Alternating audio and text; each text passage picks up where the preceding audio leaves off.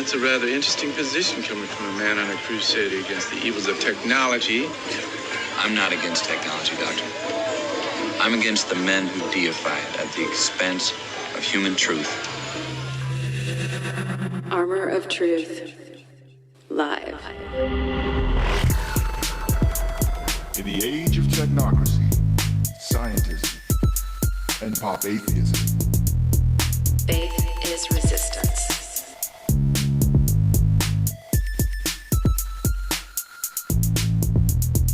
Nietzsche, of course, announced the death of God and called for the birth of the Übermensch, the Superman, who would take humanity to new heights and to create a new world order. Find us at the Armor of Truth YouTube channel and log on armoroftruth.net. Or you can find us at the TRUENORMAL-TV YouTube channel as well, my friends. Welcome to TRUENORMAL-TV. For those of you who have found us over here, we got a good one for you today. And so first of all, let's get this taken care of. Let's let you know what happened to us. Oh, I had Summer. I didn't get it. I had the we're in jail. Oh. Anyway, we're in jail. By the way, we're in jail. Armor of Truth, our primary YouTube channel. It's been 9 months since we've had 9 months since the last time it happened, and we survived that one.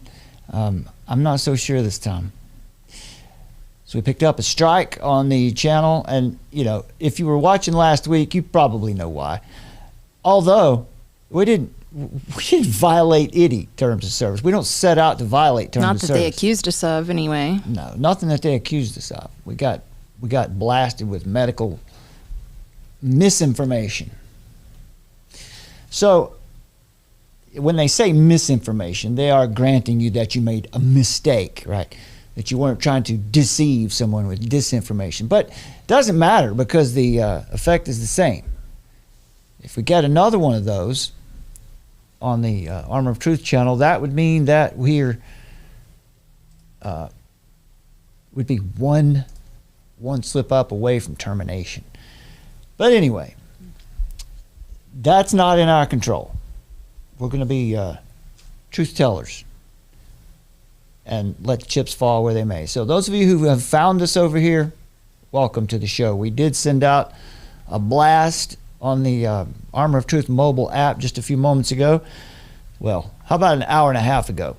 Please pardon us for being a little late on that. We're getting our things back up and running on the backup channel here.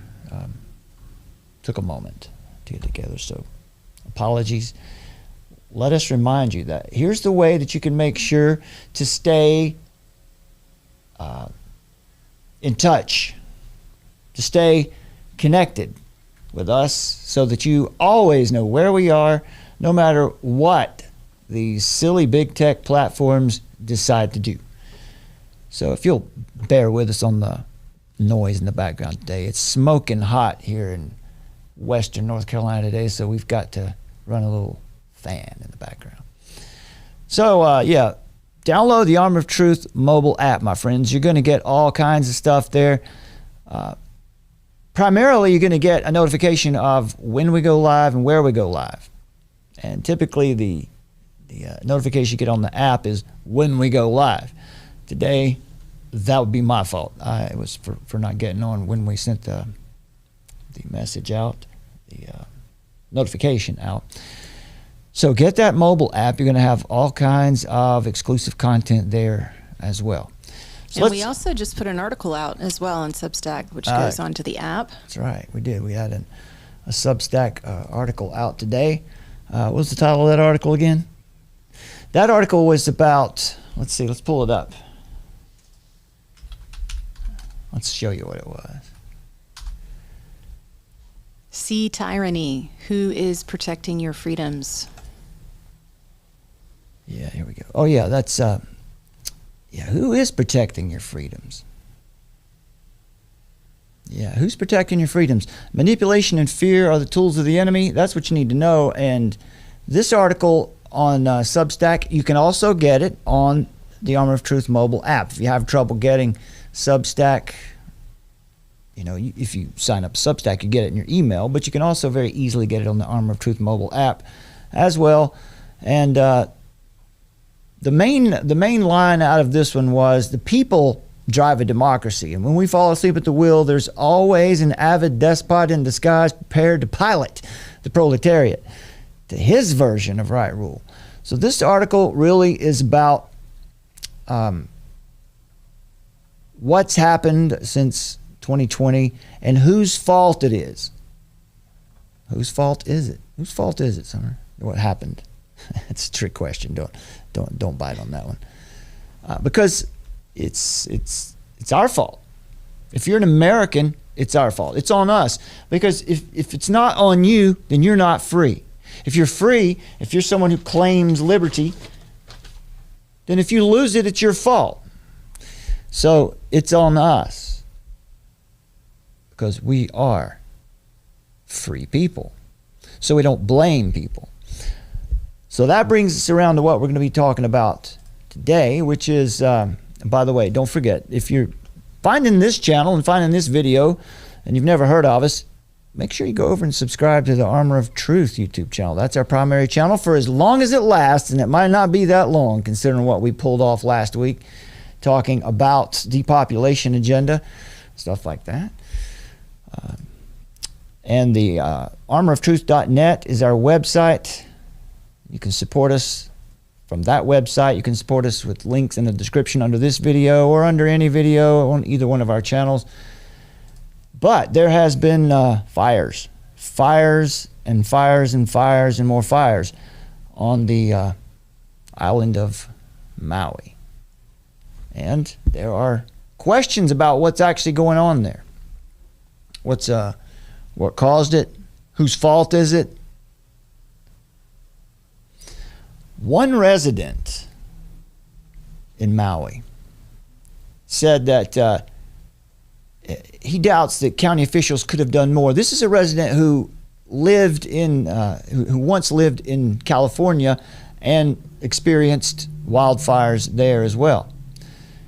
And some of the criticisms were that the local officials didn't do enough to help, or couldn't do enough to help because there weren't enough of them. But this resident said he doubts that the county officials could have done much more to help save people there. He said it's not that people didn't try to do anything, it's that the fire went from 0 to 100 like that.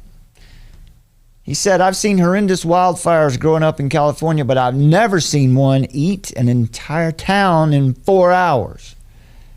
That seems to be the issue with this fire.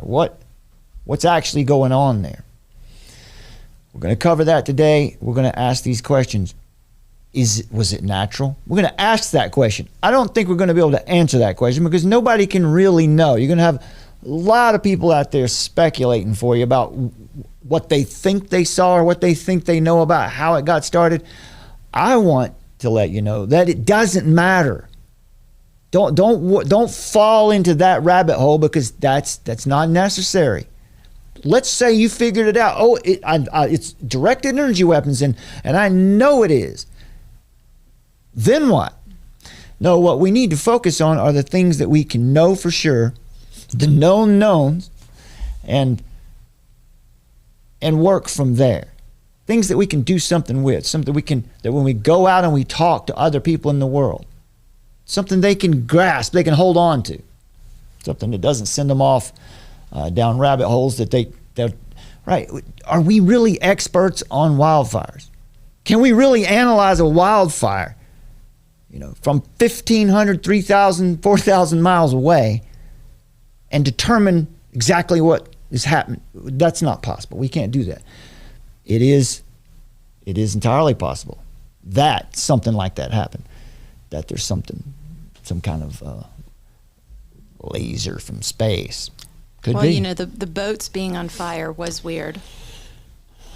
Well, boats catch on fire. it's possible for a boat to catch on fire, especially if it's in the marina. I'm not here to knock down anybody's theories. I think it can happen. What we're going to say is that based on the evidence that we've been able to flesh out and to see, then you could actually point toward there is something big going on. Yeah, I am totally down with the idea that it's not natural. And that's the premise that we're operating off of today, because what's really important about this is not how, but why. Same thing with 9/11. It's not how towers came down, it's why they came down. That's what's really important. But there are over 400 three-letter agencies in the United States. 400. That means intelligence, like intelligence agencies or bureaus or, 400. Many of which have been acting as their own government for 100 years, going unchecked while operating outside the Constitution. Their overreach has sought to control every industry from the top down. Every consumer and small business, all of it. And this shadow government has worked to remove the freedoms of the American people and undermine the constitutional process for decades. And they're just getting more and more active. Through their radical climate change agenda, they're seeking to destroy the environment, to destroy farmers, plant life, food supply, while building a smart control grid, an unaffordable, inadequate energy supply, and think about that. What they want to build is something that no one can afford, and it won't provide enough energy. It's craziness. Not only that, but a reckless automotive industry, right? As they attempt to put self-driving cars on the highway, corral people into cities and try to force them out of their homes into poverty. There's only one way to achieve so-called these goals, these sustainable development goals. And that's through mass depopulation and through this kind of destruction that we'll talk about today. They won't allow the market to decide about something like electric cars or what kind of energy is best. As Jorgen Randers wrote in,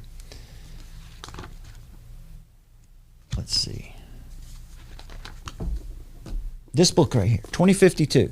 This was the follow-up 40 years after the Limits to Growth paper by the Club of Rome. Jorgen Randers, who was an author on the first, I'm going to have to give myself some more microphone here. Hang on a second, folks. Nobody's watching, right? We're on the True Normal channel today. All right, there we go. So as Jorgen Randers said in his book, 2052, he said, in order for the world to move briskly, there's the need to break with traditional approaches. Tradition's out. Our way is in. And we have to form new partnerships that are able to agree within reasonable time limits. He said, I fully support this view. I believe that developments over the decades to come will be irritatingly slow. He says, society is stuck in the ideal that individual rights have priority over the common good. That depends on what you define as the common good. See, there's the trick. He's assuming that we all share the same idea of what the common good is. His idea of the common good and our idea of the common good are not the same thing. But you see, that's how they throw this at you, assuming all these things. But he says it's a view that will be increasingly unhelpful in a ever more crowded world. What he's saying basically is that democracy, although it has many advantages, speed is not one of them, right? Speedy decision making is not a characteristic of democracy, according to Randers. He says, quote, so the way I see it, the fundamental question in this domain is whether democracy will agree on a stronger state and faster decision making before it's too late, before we run into the brick wall of self-reinforcing climate change, irreversible biodiversity loss, and insufficient investment in forward-looking research and development, unquote. So that's the idea. Democracy's too slow. Somebody needs to take charge and become our dictator and decide for us what it is that we all need. So here's the headline. Anyway, Maui fire is the U.S. deadliest in 100 years, maybe more. Associated Press reports that the death toll is at least 96, kind of holding at 96 now, making it the deadliest in 100 years. Ed Dowd, we talked about Ed Dowd recently here when we were talking about excess deaths. But he's also commented about this as well. He said that the official death toll we're getting is in the 90s, but he believes that it might be more like between 500 to 1,000 people. I don't know. That's what he says, and we haven't caught him in a lie yet. And that's interesting because Lahaina's population is 13,000. So you're getting dangerously close to 10% of the population there if his estimates would be correct. Authorities said it is the deadliest U.S. wildfire of the past century. Now let's look at map so you guys know what we're talking about here. This is the island of Maui, and where are we? We're in the middle of the Pacific Ocean. Not quite in the South Pacific, but close. See where we are? We're near nothing. The closest thing around is Baja, the Baja Peninsula. But anyway, that is archipelago of Hawaii, and what we're focusing on there is the big island of Hawaii, and the second largest island there is Maui, right there you see. And where the concentration of the fires is not some people report, it's the whole island. Well, the whole island hasn't been on fire, but don't hold your breath. Yeah, they've got an upcoming meeting in September.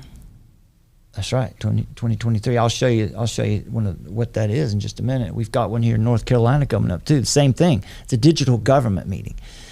So West Maui is up here on you can see the words flashing there.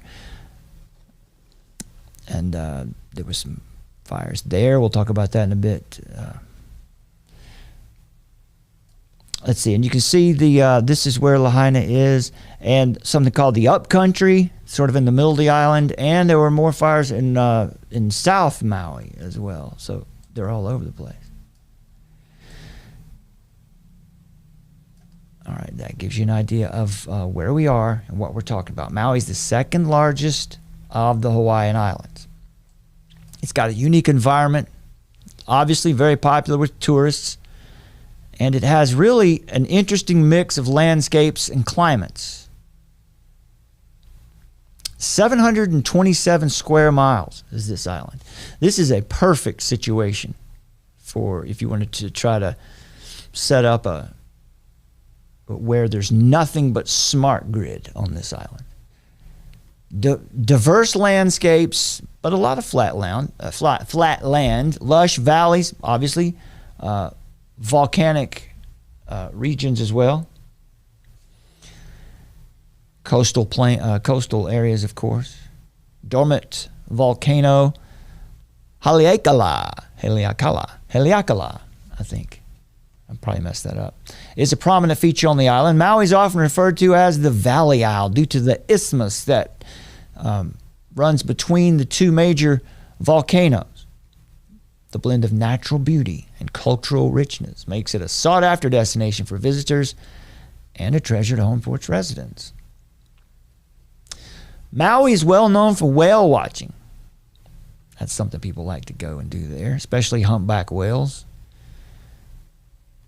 A lot of unique plants and animals there, some of which are endemic to the region. That means they're native there and they're found nowhere else. Now, as far as environment, there are ongoing efforts, there have been for years, as there should be, to preserve the natural beauty of the island and protect the endangered species. Now, some of the climate change impacts that are reported would be, they say, like other Pacific islands, Maui faces challenges from climate change, including, well, rising sea levels and coral reef bleaching. Make of that what you will. So out here we have a tropical climate, which means it's going to be mostly warm, not blazing hot, 80, 85 in the highs, and not a lot of humidity. With but out here on all of the islands, you'll find a really diverse climates. You'll find diverse landscapes, climates. You find snow, some of the higher mountains, elevations. Hawaii was settled by the Polynesians in around the 5th century AD.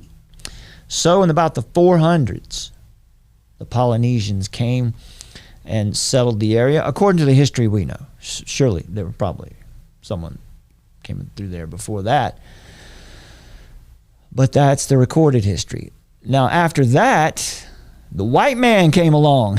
Western contact began in the 1700s when missionaries arrived in Hawaii. Well, actually, missionaries actually showed up more in the 1800s, early 1800s. And you'll hear today from some people who will say that that's where the problem started. Colonialism is where the problem started. See, the assumption is, it's always the same assumption. Those indigenous cultures, well, they had it right. Everything was perfect before the white man came along.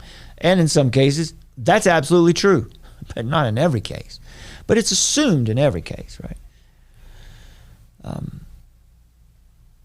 The economy, of course, we said, is mostly tourism here. That's the leading industry there. They grow sugarcane, coffee, tropical fruits.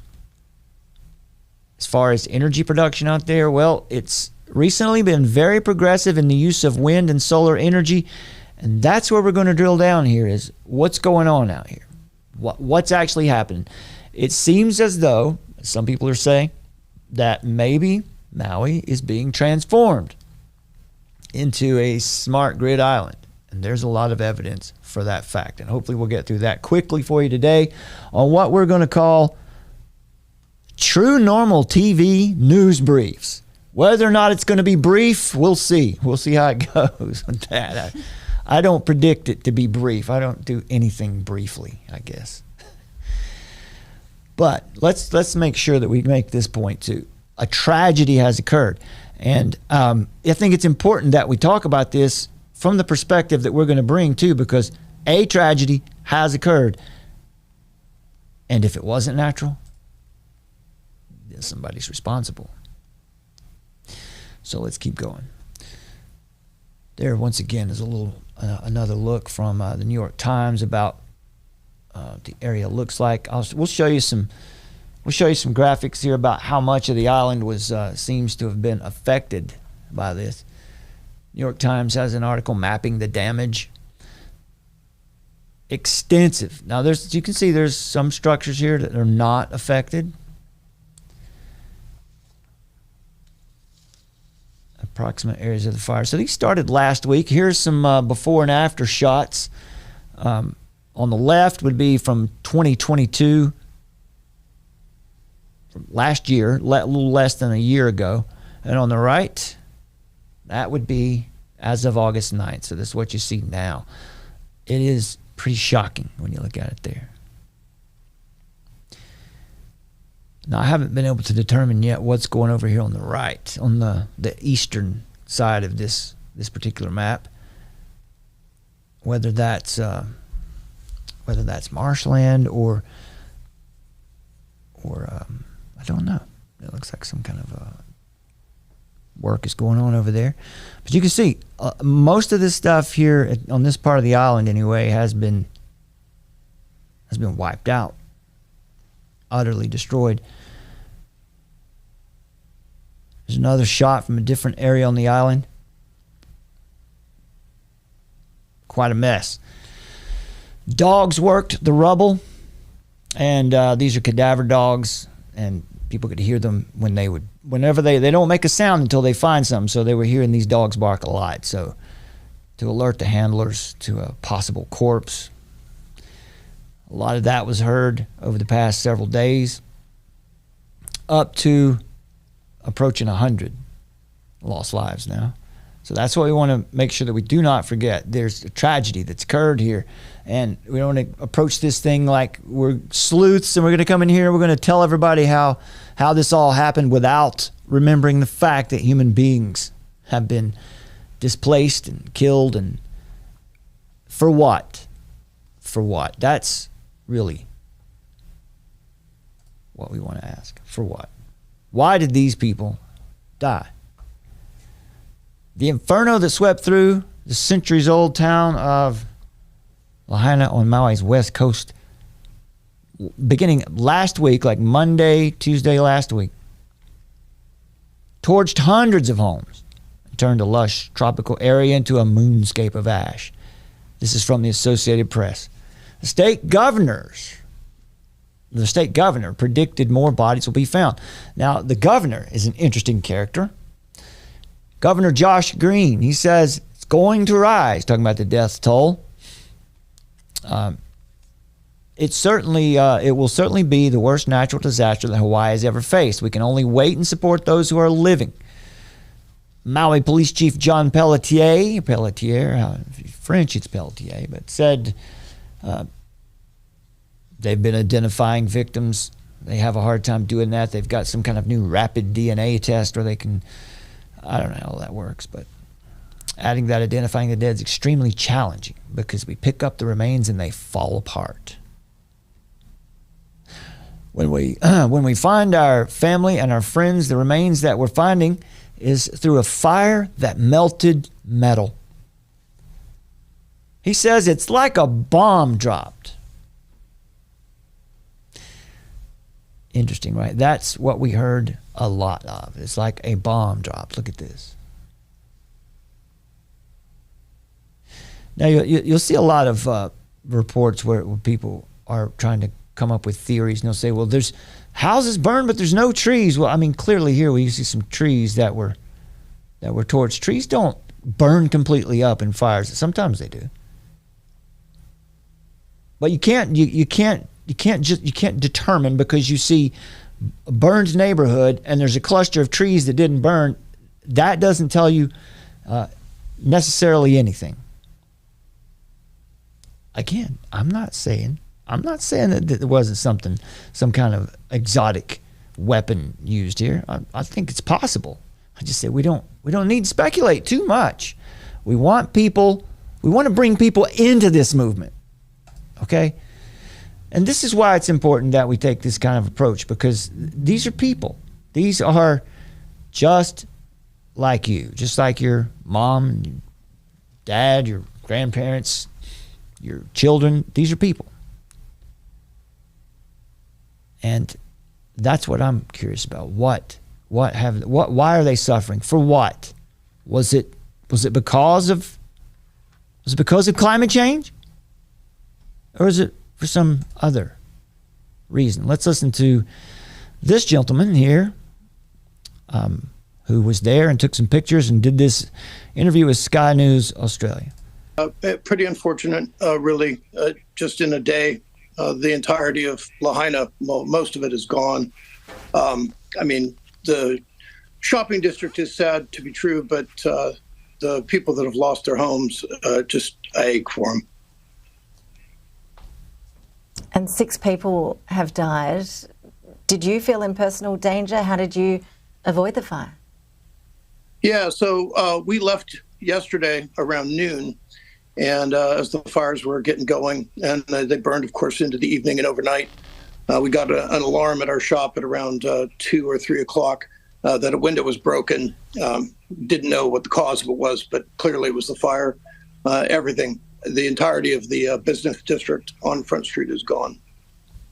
Okay, so everything on Front Street, which is the main business district there in at least the Lahaina area, gone. Whole thing gone. That's significant.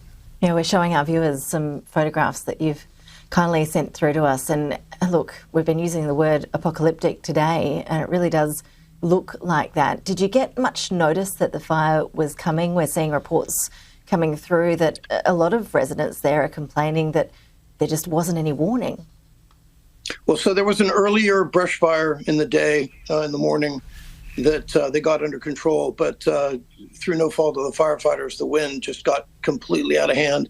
I mean, we were warned that there were going to be high winds, but the level of high winds were just obscene.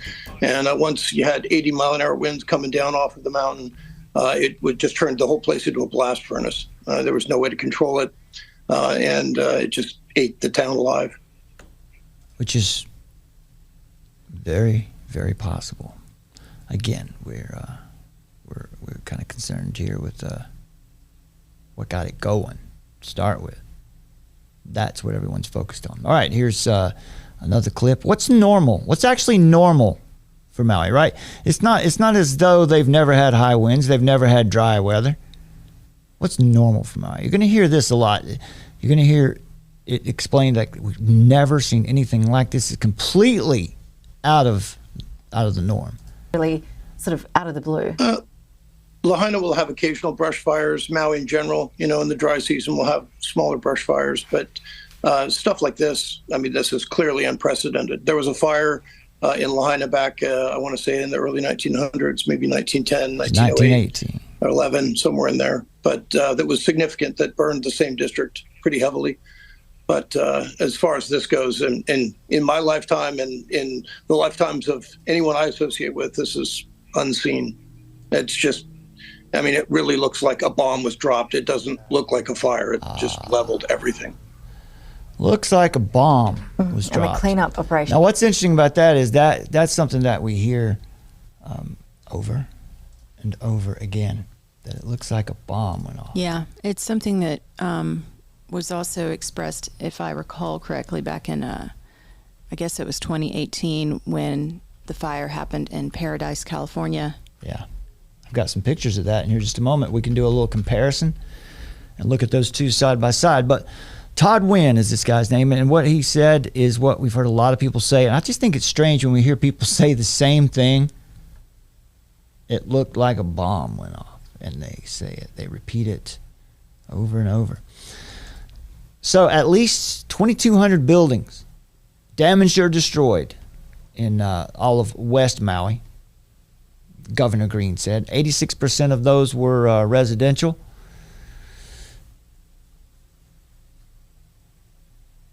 And the damage is estimated to cost around $6 billion. Now, interestingly enough, Jeff Bezos has already donated $100 million to the recovery effort. Mm-hmm. And what a shocker. We'll talk about that here in just a bit, as there's some other there's a lot of billionaire action here in Maui, and it's understandable. It's a pretty hot spot to be, right? But there's more to it than that. They had at least 3 other fires burning on the island when this happened. We just showed this to you a moment ago. But those who escaped counted their blessings, thankful to be alive. As many as 4,500 people are in need of shelter. Look at this. I have to tell you that's certainly the rubble. It certainly does look unusual. But I'm not an expert on wildfires. I don't know. But I agree. It certainly looks like a bomb went off, doesn't it? It looks like something very intense happened here. So here's a video of someone who was, this was a case that was pretty common. I don't know, common, but this reported a lot of people had to actually jump into the ocean to get away from the fire. So they'd be in the water, and they would start to feel hypothermic and get out of the water and get close to something that was burning, and then get smoke inhalation or burned and back. That's hellish. But listen to this.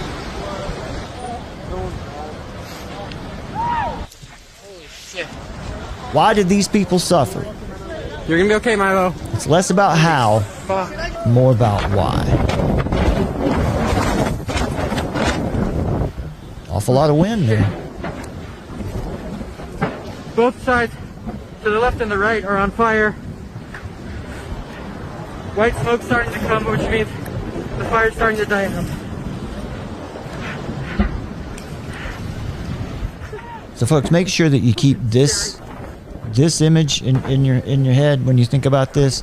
Don't get too caught up in the conspiracy and then forget that there are real people. This could be you.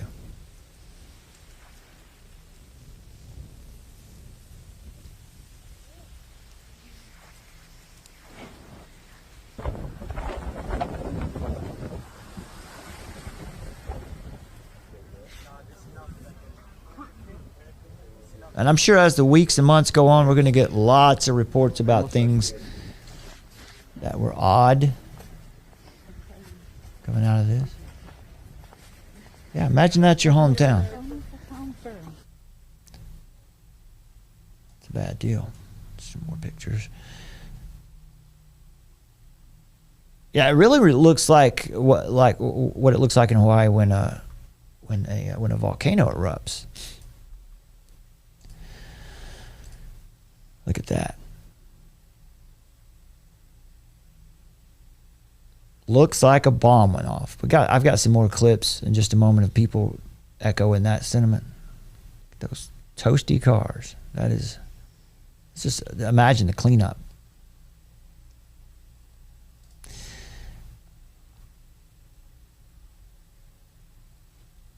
The death toll surpasses the 2018 Camp Fire, which left 85 people dead and destroyed the town of Paradise in Northern California. So I'm sure many of you remember that fire. Here's a little clip from the Weather Channel on that point. So how similar were these two fires? For starters, weather conditions behind the fires is very similar. Both happened during developing drought situations. Both fires spread quickly in conditions caused by high-pressure systems nearby, and both locations have terrain that helped strong winds race even faster. In addition, both fires started overnight when it's harder to warn people. And both Paradise and Lahaina are relatively isolated, with only a few roads in and out, making it harder for people to escape. The Camp Fire killed 85 people. More than 18,000 structures were lost in the Camp Fire, which makes it one of the only places where locals can relate to the total loss being experienced by Lahaina right now. On the 4th anniversary of the California fire this past November, more than 1,400 homes had been rebuilt, and nearly 10,000 people once again lived in Paradise, a town that was once home to more than 25,000. Hawaii Governor Josh Green says Lahaina will face a similar long and hard recovery. It's going to be a long haul. Again, the devastation is behind me, but we will put hope out in front of us. Aloha. Search operations continue on Maui, and the death toll continues to rise, with now 96. All right, well, hold off there. I've already given you those details. So let's look at some pictures from, you've seen a couple there already. Comparisons between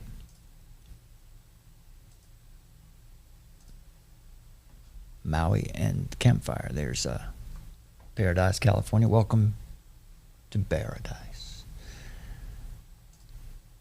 So this is, it looks very similar.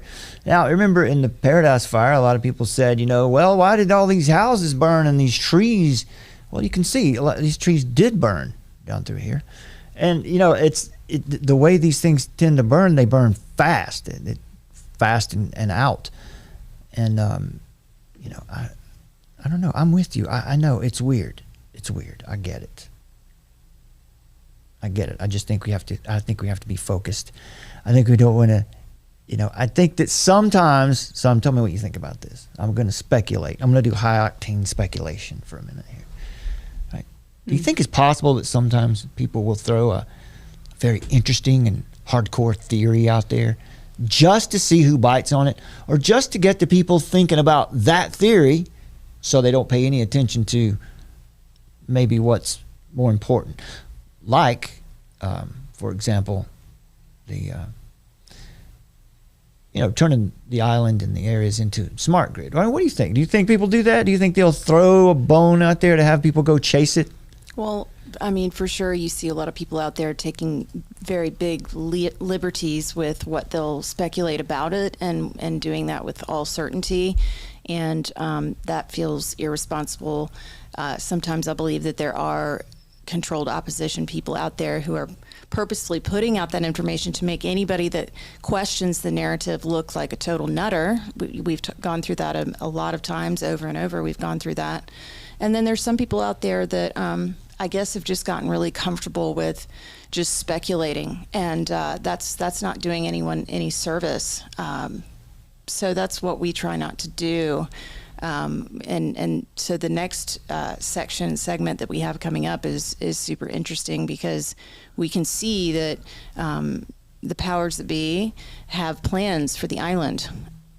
So, No doubt. yeah. And I think that's where our energy needs to be focused. Less about how and more about why. That was the whole deal about 9/11, right? Because what happened was all these movements got going about, was it thermite? Was it a directed energy weapon? Was it this or that? And some really brilliant minds went off on that tangent for years. Meanwhile, what we really needed to figure out was who and why. And that seemed to get looked over. But yeah, so you can see it looks quite similar. I mean, my opinion too is that with what they spray in the atmosphere, that would make would make things more combustible. Well, see, there is no question that there is geoengineering going on, and the stuff that's fallen out of the sky today. It's a good theory. Now here also, a century earlier, in 1918, this is called the Cloquet. I don't know if it's Cloquet. It's Cloquet. You can see on your screen there, Cloquet fire, northern Minnesota, 1918. And this fire happened when it was there was a drought as well. Right, this fire went through a number of rural communities, destroying thousands of homes and killing hundreds of people. The Maui wildfires are the state's deadliest disaster in decades, surpassing the 1960 tsunami that killed 61 people. So here's some more of the Cloquet. See, similar devastation, right? Nothing left. Now back then, structures were a lot more. There was a lot more wood used in these structures too, and you can see over here in Maui, we've got. Let's see. Let me get one of my shots from above here. There, see, these are a lot more metals, tin and aluminum for sure used there. Now the melting point on something like aluminum and tin is going to be quite low, but there's a lot of steel here too. Now what were you talking about earlier? Something about we're thinking about the melting point of steel. And whether steel can melt outside or not. It doesn't matter whether it's outside or inside. If the temperature gets hot enough, I guess it can.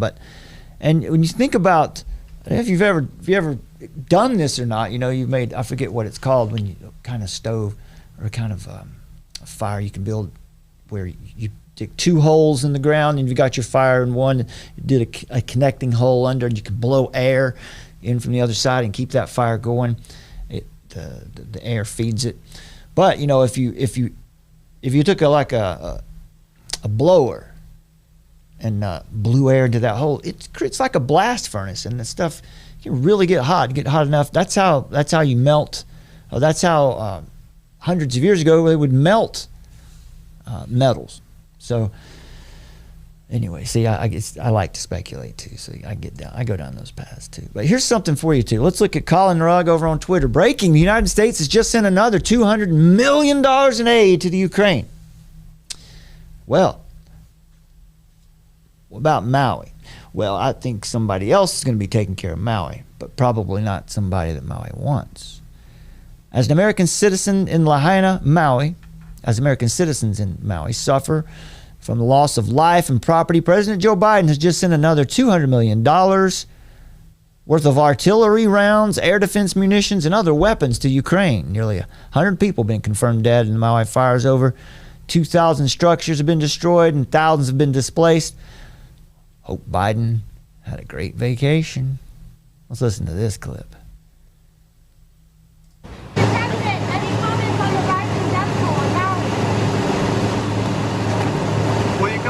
about the Hawaii response, Mr. President? Nothing there.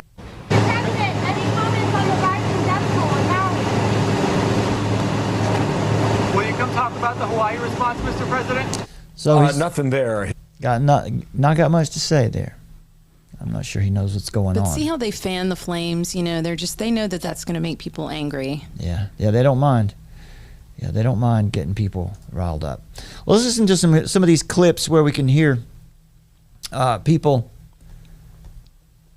Well, let me finish my report here. I have some other points here, and then we'll get to these video clips here on people explaining what it looked like to them. Then we're going to get to the sustainable development part of this. So Hawaii emergency management records, this is an interesting point too, do not indicate that warning sirens sounded before the fire hit the town. They do have a lot of warning sirens there. You know, they have to have tsunami warnings and hurricane warnings. They have warning systems in place. Officials sent alerts to mobile phones and televisions and radio stations, but widespread power and cellular outages certainly would have inhibited that communication. The most serious blaze thrust of the blaze swept into Lahaina last Tuesday. Started around Monday, but then on Tuesday, August 8th, and destroyed nearly every building in the town. Now, the reports are that the danger of this happening on Maui was well known. Who did you say? It was reported. You said that. You reminded me earlier that it. Well, I know that Hawaiian Electric is now facing a class action lawsuit filed over the weekend. Because they're being accused of, why didn't you turn the power out? Yeah. So there's an investigation that's been announced that they're going to be coming after the power facilities on that. So that's a good point, because as we've been talking about the whole time here, let's be careful about how hard we go speculating. We don't need to go too far down the rabbit hole, because if you jump immediately into the rabbit hole, you might just miss something that's obvious right in front of your face, like this. And that it would be renewable energy. The push, you'll hear it later in this show where the green activists saying things like, we have to ban all other forms of energy, all fossil fuels, all other forms of energy. We have to just ban it all and bring in these new renewables. Well, there's problems with that, because in California, it's well known that many of these wildfires in Northern California, one of the reasons was they stopped back cutting, which was done for the climate. For the climate movement as well, right? To not disturb the ground. But what they used to do there was they used to go and do back cutting and cut. They would keep maintenance on the forest so that if a fire did break out, it would be limited into one area. Well, they made them stop doing that, and so then when a fire would get going, it would burn everything down. That's one. Secondly, they're not allowed to upgrade the existing equipment. Right, so electrical equipment out. Right, but it's like it's a problem that they know is coming down the track, because they're not funding it and they're not justifying the funding of it. So of course there's going to be an issue with it. Yeah, and this article that said this about the class action suit over the weekend, it's coming from NPR. So we like to look at these sources, of course, just to see what what NPR would be saying.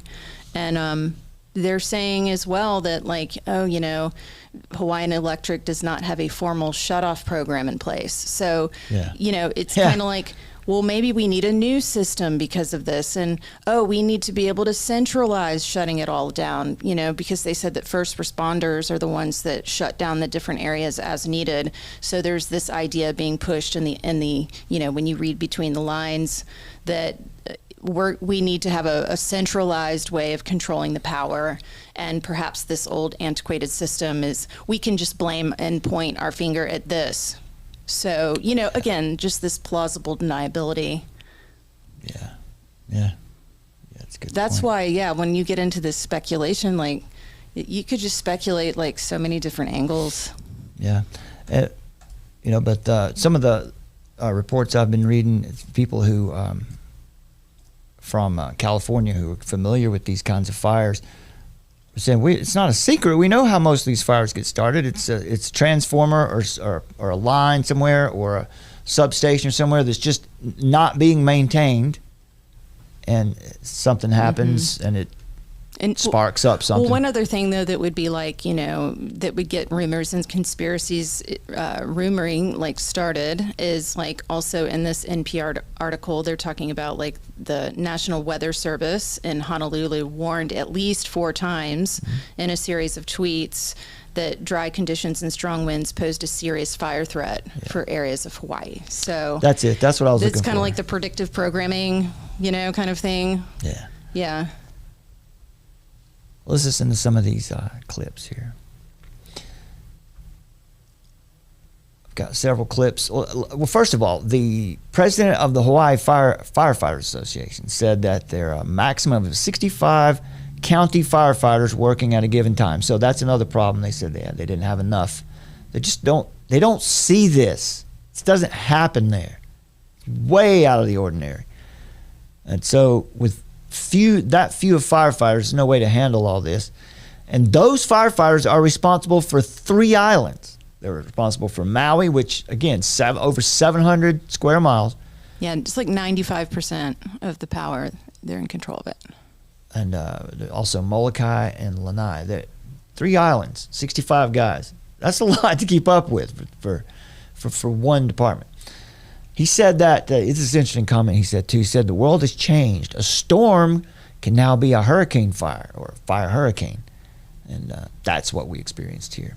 One resident said, I'll repeat this again, he doubts that officials could have done more. I've seen horrendous wildfires growing up in California, but I've never seen one eat an entire town in 4 hours. Interesting comment. Tens of billions of dollars. But that's what they said with Paradise, California. It was the same. People were jumping in the lake there, and it went really fast, and it sounded like there was an explosion. Well, the big question, that's what the question people are asking after this fire is: was it natural? Was this really a natural event? Was it really about climate change? Well, was it a natural event? So let's take a look at this clip right here. Flames were fueled by dry vegetation and low humidity, along with strong winds from a hurricane farther south. In the past several decades, as agriculture kind of declined, this is across the state, these spaces fill in with literally tons of fuel, and these grassy fuels are highly sensitive to quick drying out and really easy to ignite. Entire neighborhoods were destroyed. Block after block revealed the charred shells of homes and vehicles, some still smoldering. So there's cause of the fire: dry vegetation, just dry conditions.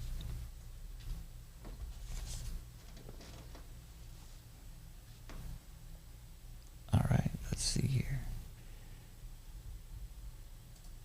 Yeah, here's another one: causes.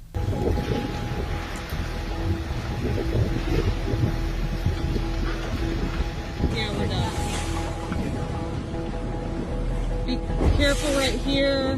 What people don't realize is that Maui was in a D1, D2 severe drought for the season, and the risk for large fire potential was higher there than it was in California for this month and last month and in September as well.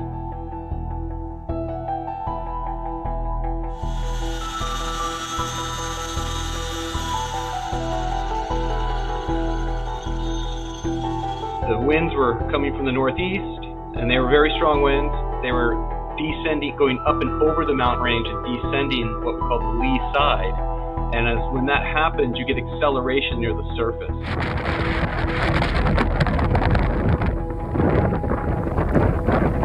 Look, I don't know what happened, but there's no question that the wind was blowing.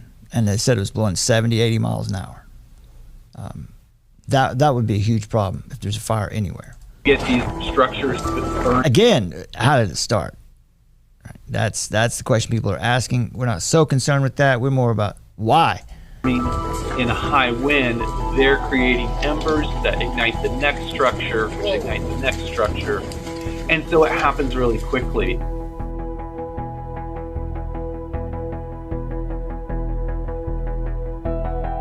We have this additional issue, which is that our island archipelago has been invaded by fire-prone grasses from all over the world. And the problem is so big. I mean, over 1 million acres, and that's big for a small island. It's 26% of our state.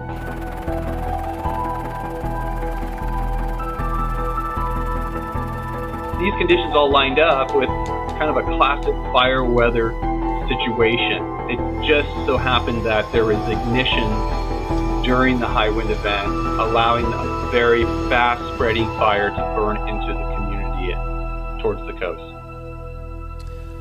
All right, there's that piece. That was interesting what that lady said there, that they've been invaded by different types of grasses. Interesting, right? And I guess the claim there would be that's corporations, bringing different kinds of vegetation in there. I don't know. All right, but we hear the story is it was dry vegetation. It was definitely this. It was definitely this. It couldn't be anything but that. This reminded me of on the morning of 9/11 when this guy showed up out of nowhere just minutes after the second tower fell to tell everybody what happened. He's just right there on the scene to let everybody know, oh, by the way, this is the story. And people on every street corner, it was like a movie, but you watched the planes hit the towers. I was watching with my roommate. It was approximately several minutes after the first plane had hit. I saw this plane come out of nowhere and just ream right into the side of the Twin Tower, exploding through the other side. And then By the way, who's this cat hanging around the background here? This guy in the jacket and the white shirt, right? Who is this guy? This guy's a handler. This guy's a handler. He's handling Harley Davidson man here, I think. I just speculate. Anyway, let's listen to what Harley Davidson man says here. witnessed both towers collapse, one first and then the second, mostly due to structural failure because the fire was just too intense. Obviously, right? Clearly, because the fire's doing it, just plainly because the fire's doing it, right? He had it figured out within minutes. Fires are just too intense. Yeah, they just come straight on the scene with all their talking points, and they're just like, yeah. Interesting how that guy was right there ready to go with the talking point. Just thought I'd add that in there. Here's another clip. Now, there are multiple fires burning throughout the island of Maui right now. None of them are fully contained, but really the worst of these fires was the one that burned through the town of Lahaina. Now, that fire just went block by block, incinerating homes, businesses, burning all the way to the ocean. It was fueled by very dry conditions as well as strong winds caused in part by Hurricane Dora as it passed a couple of 100 miles south of the Hawaiian Islands. That's another thing you hear. Hurricane Dora is getting a lot of flack for this fire. It could be, a couple hundred miles away. Is if it's big enough, that can definitely affect your weather. We've seen that happen. Well, it's also, a lot like the Ohio incident that happened earlier this year. What caused that situation? Do you know what I mean? And it's another one of those situations where, for sure, all indicators point to the fact that was very, people trying to send you in another direction. Mm-hmm. Yeah. Exactly. When we looked at what the EPA was saying. East Palestine. You know what I heard? I heard about the EPA. I heard they got a high-tech airplane. They got a high-tech airplane. And they have a bus. And they got a bus. Yeah, we had a really big laugh over that one. You got to go back and watch that video, folks. Yeah. Tough go for firefighters, just trying to save what they could. The firefighting force here on Maui isn't very large, and they aren't necessarily used to large-scale fires like this. And unfortunately, this has had deadly consequences. Seeing the town of Lahaina just absolutely devastated. It's been tough on a lot of people here. Take a listen to the state's governor on what he's seen. Yeah, no, this is where our second half of the show is gonna pick up here. This guy here is shady, to say the least. And while we have to respect what the chief of police had to say, there will be active recovery over the coming days and weeks of the. I think it's really interesting what happens here. This dynamic between the governor who's speaking and the chief of police who's right behind him in the black shirt. He's like, and while we have to listen to the police the chief of police, well, we're going to what? But watch the chief of police. He's the guy with the lanyard around his neck there. These guys are not exactly on the same page here. It's kind of funny. The governor's throwing his weight around. Governor on what he's seen. And while we have to respect what the chief of police had to say, there will be active recovery over the coming days and weeks of the bones of those who have been lost. It's like while we have to respect it, we might not. But so it will take time. To give perspective, it is going to take many years to rebuild Lahaina. When you see the full extent of the destruction of Lahaina, it will shock you. It does appear like a bomb and fire went off, if I may. I'll just ask you, as we listen to this, If I may, it's yeah. like, Governor Green, right? Governor Green. Governor Green. Not making that up, but I just ask you, as you listen to this man, we've got a couple more clips, or at least one more for you. Does this seem like a man who really came up in the ranks and earned his way, came up, earned his, paid his dues in politics and worked his way up? Or does this seem like a guy who has been kind of placed in this position by some people? We'll get to that in just a minute, but does this guy command respect? Is this a man who seems like he's really in charge, or does he seem a little bit like a shill? Like a bomb and fire went off, if I may. Yeah, just absolutely awful images coming out of Lahaina. Now, making matters even more difficult, cell towers and phone lines were burned up in this fire, and communication on the west side of Maui is very difficult right now. A lot of people actually are unable to get in contact with loved ones, with friends, and more than 1,000 people remain missing. Many of these people, it's feared that the worst has come. Back to you. Go ahead. I was just going to say, I've heard this being referred to as like a bomb went off like several times in mainstream media. And that leads to ideas of, death and terrorism and war and an attack that it was deliberate. So, and by one token, they're trying to say it's climate, but on the other hand, they're also using that strong language like that. So that creates that disconnect in people's minds, like that cognitive dissonance, right? Because they're like, oh, it's climate change. But then they're thinking like, well, maybe actually they did it to us. Yeah. Confuses people. Yeah, they love to do that. They love to give it a heavy implication for one thing being true while they pepper in another equally opposite heavy implication. Did I miss? I think I've got a clip of the governor saying it looked like a bomb went off too. Did I skip over it? Let's see. Recovery over the coming days and weeks of the bones of those who have been lost. So it will take time.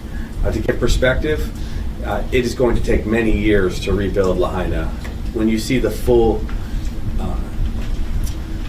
extent of the destruction of Lahaina, it will shock you. It does appear like a bomb and fire went off. It does appear, if I may. If I may. All right, let's go. Next here, we've got another. They like to do that, just to like mess with people's minds. It's weird. It's weird when you hear the same thing over and over and over. Mm-hmm. He says his hotel was without power for at least 36 hours, with power lines down and roads blocked, making it nearly impossible to make it back to the airport.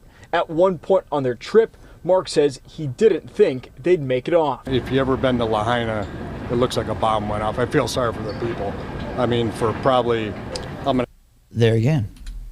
So for those of you who didn't catch it. On their trip, Mark says he didn't think they'd make it off. If you ever been to Lahaina, it looks like a bomb went off. I feel sorry for the people. I mean, for probably... There you go. I'll stop it on the caption there. Looks like a bomb went off.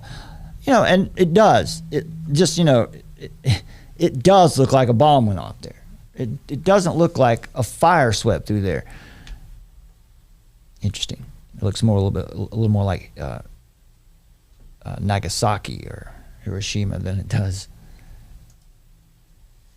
Which some people say, I can get on that speculation limb just as good as anybody.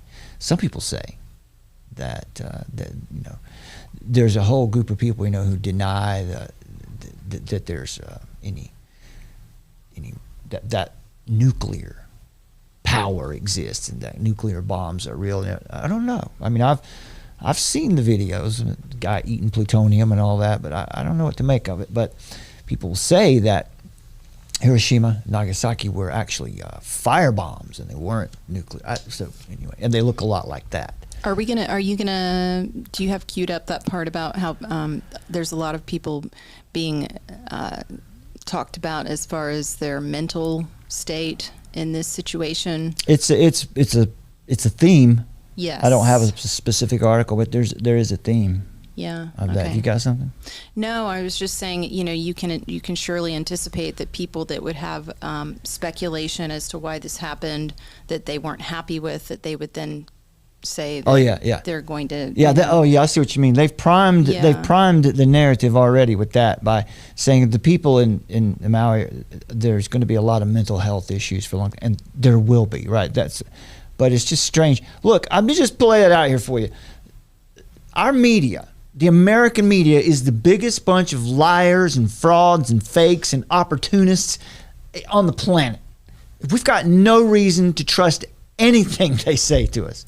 I mean, at this point, you can't trust anything they say. That's our position. We don't trust them first. Now we distrust them first. So we've got to that now. So yeah, when they bring out stories like that and start talking about the mental health of the people on the island, I'm curious as to why they're saying it, because I know they don't care about the people out there. So what's their angle on that? Well, they're going to set up the narrative so that later on, when people might come out and start saying that it wasn't what they said, well, these people, they're just under stress. We've seen that just recently in some of these stories we've been covering. Mm-hmm. That was exactly what the EPA guy did, the high-tech airplane guy. I forgot his name. The guy from Greensboro, North Carolina. Yeah. Michael Regan, yeah. Regan. He said, that's what he said. Those people were talking about how the water something's wrong with it. And the air quality, obviously, we're suffering here. And he's like, well, they've been through a lot. They're under a lot of mental pressure. So I'm not saying that they're not really feeling it, but they're under a lot of stress. That's the kind of gaslighting that they do. All right, so let's jump in next here. Let me just remind you, before we get into this next little piece here, the task of climate change is not to persuade anyone by a rational argument. There's a lot of emotion, a lot of appeals to emotion, right? The idea of the climate change narrative is to develop and nurture a new common sense, to work in a more shrewd and contemporary way, using subtle techniques of engagement. That means deception. The facts need to be treated as being so taken for granted that they need not be spoken. It amounts to treating climate-friendly activity as a brand that can be sold. This is, we believe, the route to mass behavior changes. That's what we're talking about here. It's changes in behavior. You'll hear that theme again soon. Now, over at Due Diligence and Art, this is Sasha Lachapova. She's the one, we found her when she had done, the one that had done the really good work on the Department of Defense and the biowarfare. I should be careful. We've already got one channel in jail for talking about that stuff, but she did a good job. She actually just opened her, she used her comment section to have people from the area come in and give information about what they had found out. And here's some of what they found out. For one thing, here is, did I skip over? Yeah, let me not skip over this. I got ahead of myself. Here's this guy. This is Kaniela Ng, right? This is a national director of the Green New Deal Network who lives in, where? Lahaina, Maui. It's not a joke. It's real. Let's listen to some comments from Mr. Ng. This is an interview from Amy Goodman at Democracy Now! Now, I'll tell you what, man. You go back 10, 15, 20 years, back when, especially after 9/11 and the years after that, Amy Goodman did a good job. She was she had a lot of people on. She was doing a pretty good job, man. I have to say that. But today, I don't know what. I'll just play it. You can see. I don't know what's going on over there. Democracy Now! Has turned into some kind of a propaganda wing, and they were the ones who were always there years ago to help cut through the propaganda, but not really anymore. So Amy Goodman interviews Kanyela Ng, who is again the national director of the Green New Deal Network and a 7th generation native of Hawaii.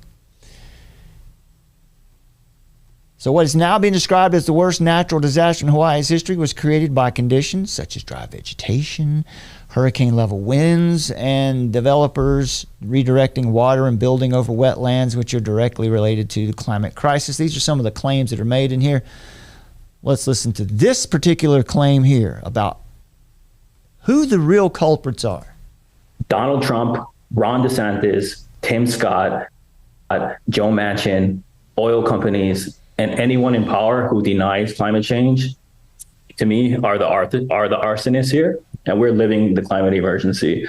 So it is sad times right now. It's heartening to see the community come together and deliver goods to the families in needs. Fundraising has been incredible. So there's that. That sets you off right there, or sets you up as with anybody who denies climate change are the arsonists here. All right, so let's listen to some more clips. I mean, so this interview, which was, while the fires are still going, really just sort of devolved into a propaganda piece for sustainable development. Searching for our loved ones. It was apocalyptic. The scene was something that, you would only see in a movie. But the reality is, this is becoming quite the norm now, and it will become more so in the future. But this is the norm now, he says, and it's going to become more so in the future, right? The new normal. Yeah, this is how it is now, he says, right? And it's because they're so easy to spot. Yeah. They make my blood boil, honestly. It's because of climate change, right? It will become more so in the future. So let's jump ahead to the 6-minute mark here. We get some more.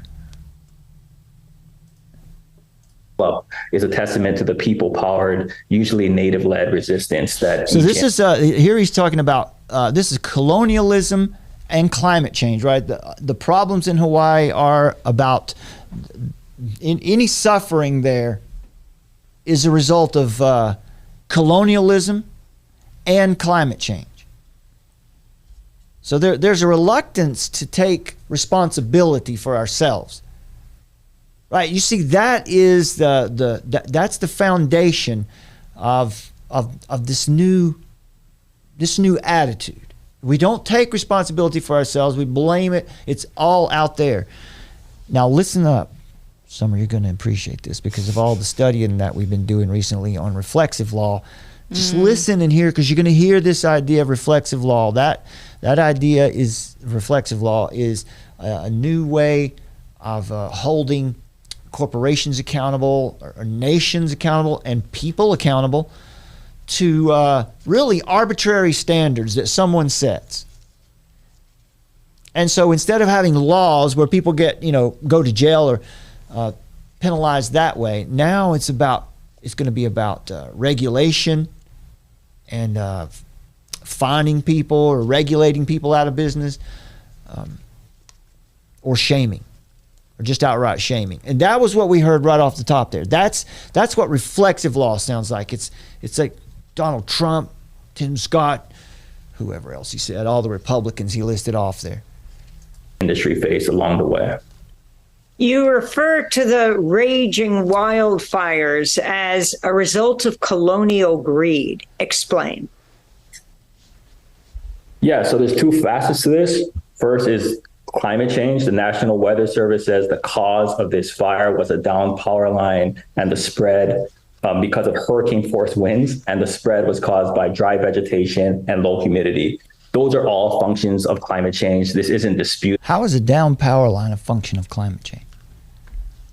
I can tell you how it's a function of climate change, because they don't upgrade the technology. And if they don't take time to keep up the infrastructure, no, we're going to let that all rot away while we bring in the renewable stuff, you're going to have problems like this. So yeah, it is a function of climate, not because of the climate though, but because of these ridiculous renewable energy policies, inefficient stuff that costs way too much. As I said earlier, it's too expensive and it doesn't give you enough power. It's ridiculous. Again, we've got a book back here on the shelf, if I can remember, the Fossil Future by Alex Epstein. Check out Fossil Future by Alex Epstein. He makes the case for why fossil fuels are the way out of whatever your trouble is. If there is a problem with climate, fossil fuel is the answer out of it. Not less, but more. He makes the case, and he makes it good. He convinced me. This isn't political. It's unfortunately, it has become politicized, but it's a matter of fact. Climate pollution, corporate polluters that set a blanket of pollution in the air that is overheating our planet, caused the conditions that led to this fire.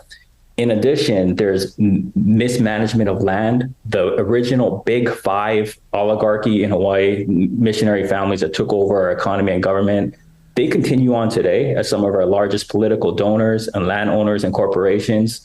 They've been grabbing land and diverting water away from this area for a very long time now, for generations. And Lahaina was actually a wetland. You could take Viola Church, you could have boats circulating the church back in the day. But because they needed water for their corporate ventures like golf courses and hotels and monocropping, that has ended. So the natural form of Lahaina would have never caught on fire. These disasters are anything but natural. So yes, colonial greed in the fact that... Did you catch that? These disasters are anything but natural. He's making his own case against his case, right? He's arguing against his premise. His premise is that this is natural. This is because of climate change, so it's a natural cause, but here he says it's anything but natural. These disasters are anything but natural. So yes, colonial greed in the fact that they caused the pollution that warmed our planet and set hurricanes like this to become the norm, and the gross mismanagement of our land and water, which the Green New Deal actually is about returning both mitigating climate change, building resilience, but also returning the stewardship of land and water to the people. Okay, so what's wrong with that? Sounds right? Well, we want to return things back to the people. Absolutely. That is the right idea. But how are you going to do that? You don't do that by asking the United Nations to come help you do it. That's not going to work out well for you, Mr. Ng. You're going to get burned, so to speak. No pun intended there. You are. That's not going to be good for you, right? We want to take our land back from the government, but we need the government to help us do that. That doesn't make any sense, does it?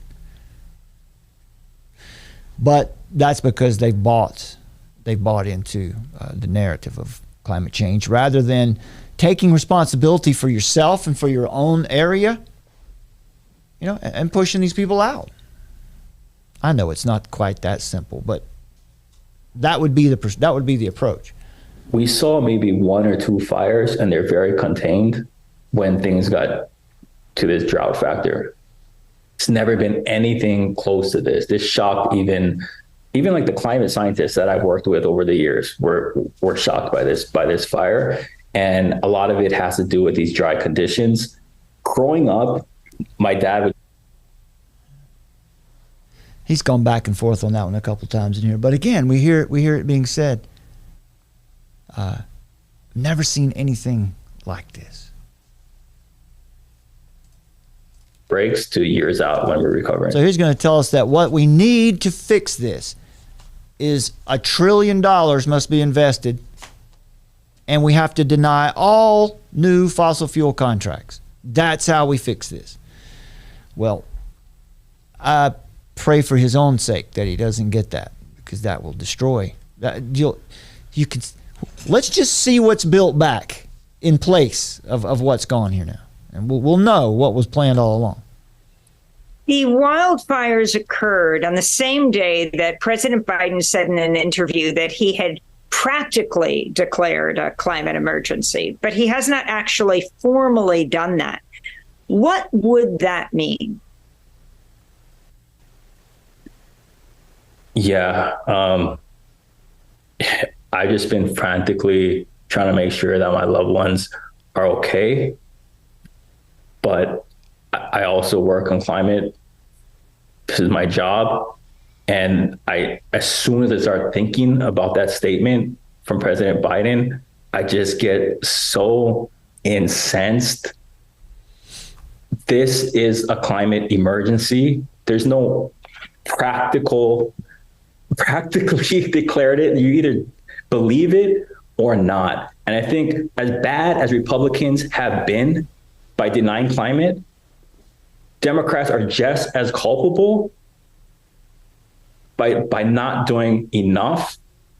Scientists say that we need to be investing at least $1 trillion a year in the clean energy transition. And but I mean, if scientists say we need to spend $1 trillion, then we got to spend $1 trillion, because science, man, it's science. And we need to end and phase out, deny all new fossil fuel permits, and really empower the communities to build back ourselves democratically. That's the solution for it. You mean build back better? And President Biden announced his second term, but he hasn't told us how he's going to finish the job. He needs to lay out that vision, what we've been demanding from a Green New Deal, if he wants communities that got him elected to come out, that base of climate voters that happen to be predominantly Black, Indigenous, and low-income people. Like, we need something for. So he must be all for the pandemic treaty, you know. You would think so. Mm-hmm. Yeah. Well, you can see how it's like, oh, really? Because Biden is the one that he's like really championing the whole climate change agenda. Well, like he was mad about there. You weren't. Summer stepped out from it. What he was saying there, though, was that they're upset with Biden because he's not going far enough. Right. You know. Yeah. But no doubt about it, Biden is certainly on board with these. Yeah, he's certainly on board with it. So it just kind of makes the idea is that people should be angry that Biden's not doing enough. Like, we need to push him to do more. And so, what are we going to, with our next president, are we going to need to elect somebody that has an even bigger policy on climate change? You know what I mean? So, I got. Let's not get a copyright. All right, so there's the task of climate change, right? It's to change. Look, it's to change thoughts. It's to change behaviors. That's the idea. All right. So, what's going to happen to Maui? Is it going to become a high-tech airplane? Is it going to become a high-tech prison island? Sasha Latipova, she's the one we took some of this information from. She said in her blog post, says, I've gone through several years of several wildfires in California and Nevada, which affected the neighborhoods I care about, destroyed several houses of my neighbors, displaced many people, destroyed acreage of forest, and did severe damage to the water department, where she volunteers as the treasurer. Locally, people who lived there and were affected by the fires, nobody was confused about the true causes of these fires. Over 90% of them were caused by Pacific Gas and Electric, that's PG&E, by their equipment blowing up, right, because of delayed maintenance, right? Sometimes these things haven't been maintained for over 60 years. And that's because Pacific Gas and Electric is mandated to buy green, extremely expensive energy and new equipment. And so it's about keeping this stuff up, the maintenance. And so they don't do it. They don't do periodic maintenance anymore because they can't afford to do it, and these things catch fire. That and many cases of arson. The Paradise, California fire was most likely a result of some form of weaponry, being tested and deployed. And climate change is, quote, a hoax, she said. I may or may not agree with that. I definitely do agree with that. Don't we? I think we agree with that. Mm-hmm. It is. It's a hoax. But climate terrorism is not a hoax. All right, and that could be what we're seeing here in Maui. And so a reader forwarded to her this statement. The government of Hawaii states the goal for rebuilding is to make the entire island of Maui the first smart island. They want the entire island governed by artificial intelligence as outlined in the Hawaii Digital Government Summit of 2023. Right, that they have planned to host next month, September 23rd, yeah. September 25th of 2023, exactly. So it's on so in about a month.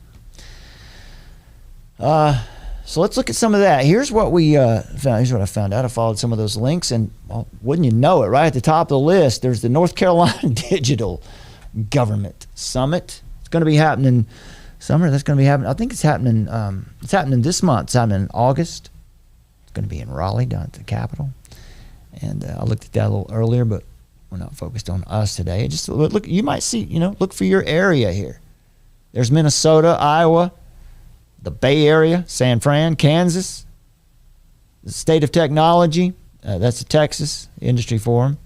And then coming up in September is Connecticut, Mississippi, Florida, Maine, California, New York, Hawaii, again in September, Michigan, Oregon, Michigan again, and October, Georgia. There you go. Yeah, the big event, of course, is the one in New York City, September 18th through 19th. Oh, yeah. That's the one where they're going to be doing a bunch of stuff that we don't want to have happen. The New York Digital Government Summit. Right there it is, yeah. Yeah, that's the big boy. So, but these are planned everywhere, right? Here's the Hawaii Digital Government Summit. Plans to implement digital artificial government over Hawaii is what we're talking about here. Here's one of the documents. It's called NIDO. Let me see where the forgot what that stands for, but I'll get it in just a minute. We'll build up to it. But this is part of that Japan-U.S. collaborative smart grid demonstration project. Right, that's what it is. In Maui Island of Hawaii State. A case study. What we're just showing you here is that Maui has been a case study for smart grid systems for a good while now. One of the main things that one way you can tell if sustainable development is going on all hot and heavy in your area is to look for this kind of housing, low-rise, high-density housing, mixed-use development, where you might see a coffee shop or a restaurant and maybe a convenience store or a clothing store or something on the bottom floor with residential, with condos or apartments on the floors above that. Now, I'll tell you, that's extremely convenient. I like that. That seems to, but that's not going to be good for us because that's high density housing. Ultimately, if that follows through to its logical conclusion, that's everybody stacked and packed and tracked, right? That's the easiest way to keep everybody under control. Listen, folks, the reason people want this is because it's convenient. It feels good. It feels very convenient, but never forget this truth. The love of convenience will be the death of liberty. That's a fact, and we can't forget that because convenience feels nice. But who has a more convenient life than a prisoner, right? He's got his meals prepared for him every day. He's got a place to sleep. Right. That's the logical conclusion of ultimate convenience, is being a prisoner. Now, let's get back to that governor. Let's get back to Governor Green. Governor Green. Okay. They're having a laugh. They are. I wish I had that one queued up. They're having a laugh. All right. Let's listen to what Governor Green says here Folks, this is a month ago, right? This is July 12th. This is exactly a month ago. So it's less than a month from these comments. Lahaina burns. Today, Governor Josh Green was one of dozens of leaders and presenters from around the world who spoke at a high-level political forum on sustainability and hosted by the United Nations. The local regional government's discussion brings together dignitaries to share how they're implementing Sustainable Development Goals, or SDGs. During the governor's speech, he spoke on the traditional ahupua'a model. That's a socio-economic division of land from mountain to ocean. Now, he says the viable values that come from that help when making policy. In the old days, decades, generations, and even centuries ago, thousands, if not hundreds of thousands of people lived in Hawaii and had a sustainable culture for food. And that was something that we still recognize. To that end, we have done some things, and we hope to be able to share this much more in time.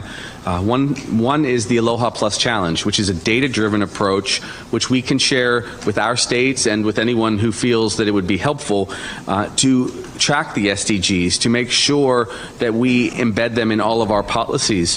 Whoa! And look at that little button that they're wearing with all the SDGs on there. Oh, they're bought in. Embed them in all of our policies, because did anybody vote for that? I don't think anybody voted for that.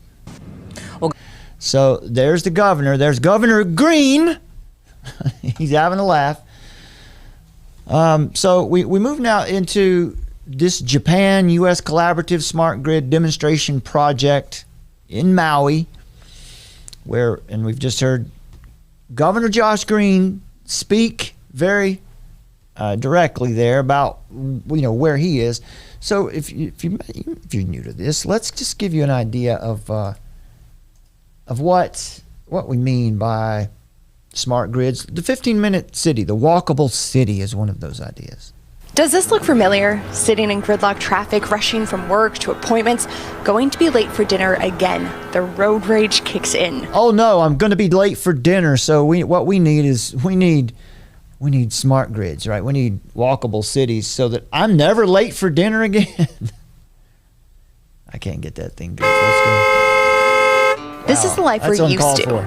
But what if life could look like this? An oasis of green parks, endless sidewalks. Right. It's just an oasis of green parks and endless sidewalks. What could go wrong? And empty roads. Impossible?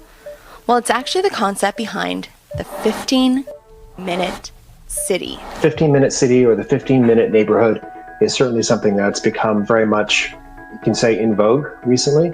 Paris is working towards it, so is Barcelona and Portland, and now Vancouver also has a plan in place. Big new move number one was that we build a city where, for all residents in the city, 90% of your daily needs are within a walking distance. When I put the closest grocery store in my GPS, it's more than a 30-minute walk away. But in a 15-minute city, I could walk to the grocery store, post office, doctor's appointment, gym, hair salon, dentist, you name it, all within, you guessed it, just 15 minutes.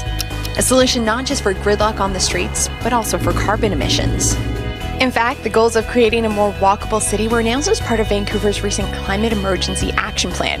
And the Vancouver Plan and Project team are already in the process of figuring out what neighborhoods should look like and how to translate that into land use strategies. Just look at your neighborhood and look at your walk score. The walk score actually just tells you how many good things you're a short walk from. Where we get really low walk scores are in the parts of the city that are largely suburban. And so there's some sections where, single-family homes are really far from a lot of retail. And in those areas, the actual answer is to deliver more of those commercial services to them. The Plan and Project team will be addressing council with options as early as July, and they'll also have some pilot project ideas. But for this plan to really work, you don't just need to change the city. To meet the environmental goals that the country, the province, and the city have committed to repeatedly. is to change behavior. So in Vancouver's latest climate emergency action plan, they announced new incentives to drive less, like connecting cycling and walking networks citywide in hopes that 80% of trips by 2030 will be made either by foot, bike, or transit. They also announced disincentives for driving, like implementing transportation pricing in the Metro Core and creating a carbon pollution surcharge on residential parking permits. It all sounds so nice, doesn't it? But ultimately, nobody, do you other than the people who are here pitching it to you, do you know anybody around you who's really excited and wants this to happen? No, of course you don't. No real people. That's probably not a nice thing to say. I don't know anybody. Do you know anybody? You know, if you got any friends, maybe a couple. Maybe I got a couple that I don't know about. But just generally, people, if you go out to the store and you say, hey, by the way, let me just ask you a question. Let's do a poll of 100 people out on the street. Let me just say, are you going to be happier when you're not allowed to drive your car, or you have to pay a $5 surcharge just to crank your car up and go to the supermarket or whatever? That's going to be better, right? Because we'll have a 15-minute walkable. That's all better. Nobody really wants it. Nobody voted for it. Let me tell you, folks, if you don't have it, if you want to understand how all this works straight through, this is a book you need to have. This YouTube channel, well, the other one that's shut down for the moment, was really started with this book as one of the core of the message we wanted to make sure that people got, aside from the message that Jesus is Lord. This is something that we wanted people to know about. Rosa Koire's Behind the Green Mask. There have been other books about it, but this was the first, and in my opinion, still the best, because it's readable, it's accessible. Here's an interesting point, if I may. I was looking up if you may, if I may, like Josh Green. Yes, exactly. Governor Green. Yeah. Yes, you may. The top 10 smart cities in the U.S. in 2023, or at least in 2021. So one of those listed on there is San Francisco, and think about how horrible San Francisco is doing right now. But they're touting it as one of the top premier smart cities of the country. Yeah. So yeah, right. If you want your city sidewalks to be sewers, yeah, I guess that's the idea, right? That's what makes a city good today, right? As long as not many people are driving it doesn't matter if the city blocks are sewers. Well, Rosa Koire in her book here is talking about urban growth boundaries. The term 15-minute city wasn't known then, right? This book came out, when was this? This was a while back. This was copywritten in 2011. Rosa Koire passed away a couple years ago. But 2011, the language that we have today wasn't there. But in the, we have it back here on the shelf, the Agenda 21 documents. It's urban growth boundaries, human habitations. Human habitations and urban growth boundaries. So that rural property becomes more and more restricted. In other words, they want to get you off of the land, out of the country, out of the rural areas, and into the urban areas. Yeah, specifically, like they're saying, the United Nations predicts that 70% of the world's population will be living in cities and urban areas by 2050. And that's what Rosa Koire was saying when she wrote this in 2007, 2008. She wrote it for several years. The push is for people to get off the land and become more dependent, to come into the cities, to get out of the suburbs and into the cities, out of their private homes and into condos, out of their private cars and onto their bikes. Hey, I like riding a bike, but I don't want to have to ride a bike. Right, so you'll see things like bicycle advocacy groups pop up in your town. Oh, it's such a good thing, right? It's about fitness. No, they're strong-arming people, right? Things like this. She goes on. She says here, this. I'll share this with you.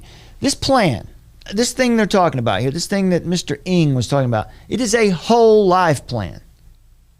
It involves the education system, the energy system, the transportation system, the government, of course, the healthcare system, food production, a plan to inventory and control all of the natural resources, means of production, and human beings, of course, in the world.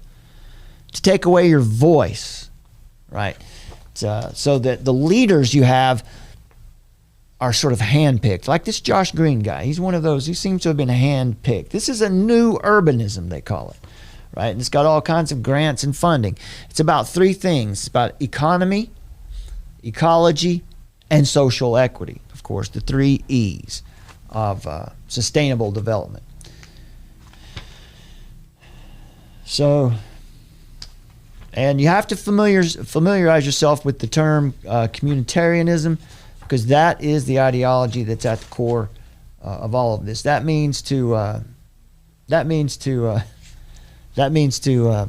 sorry about that. I got lost in behind the graphics again. That means communitarianism is to balance your rights with the rights of the community.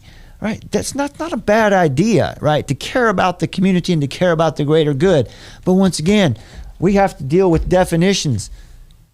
What do they mean by the common good? It's not the same thing. It's not what you think it means. All right. And so we see who's jumping in to help Maui here today. Of course, Jeff Bezos, giving $100 million to fund the Maui reconstruction. Listen to this. Why can't we pull energy out of thin air? No matter where you go around the world, reducing our impact on the environment and decreasing our dependence on fossil fuels is on everyone's mind.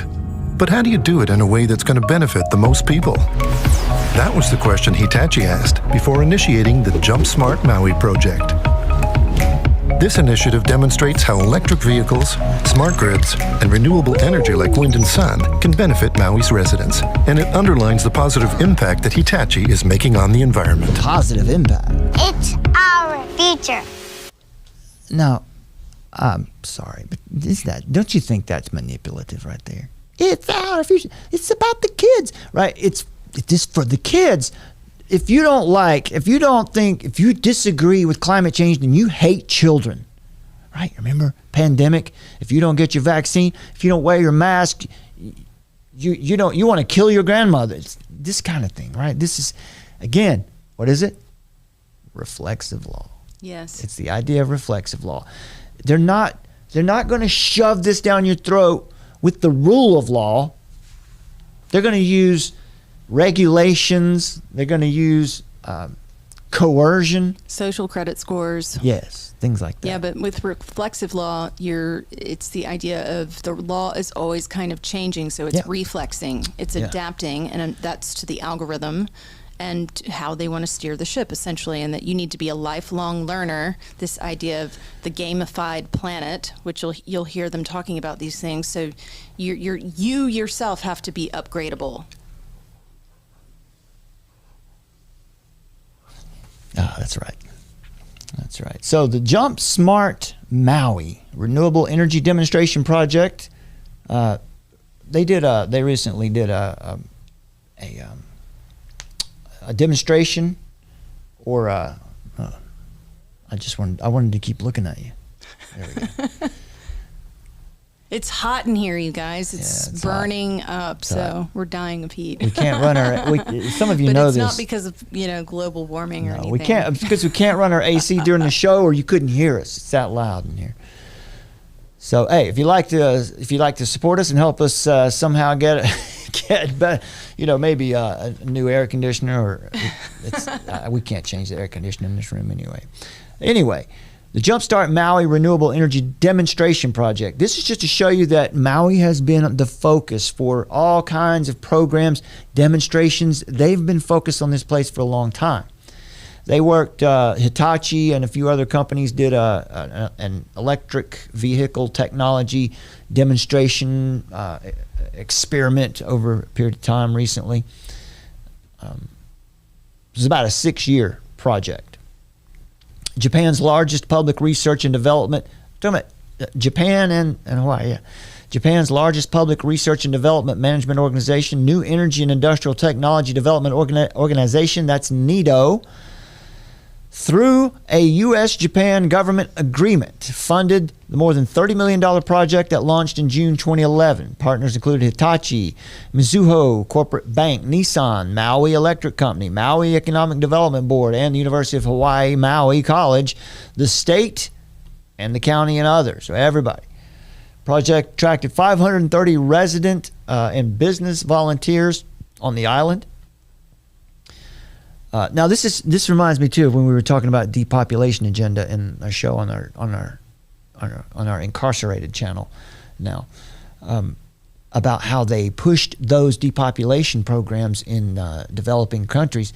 They did it by offering the people incentives, right? Making it seem like a good, fun thing to do, to come to the clinic and get your tubes tied or something, or vasectomy or whatever.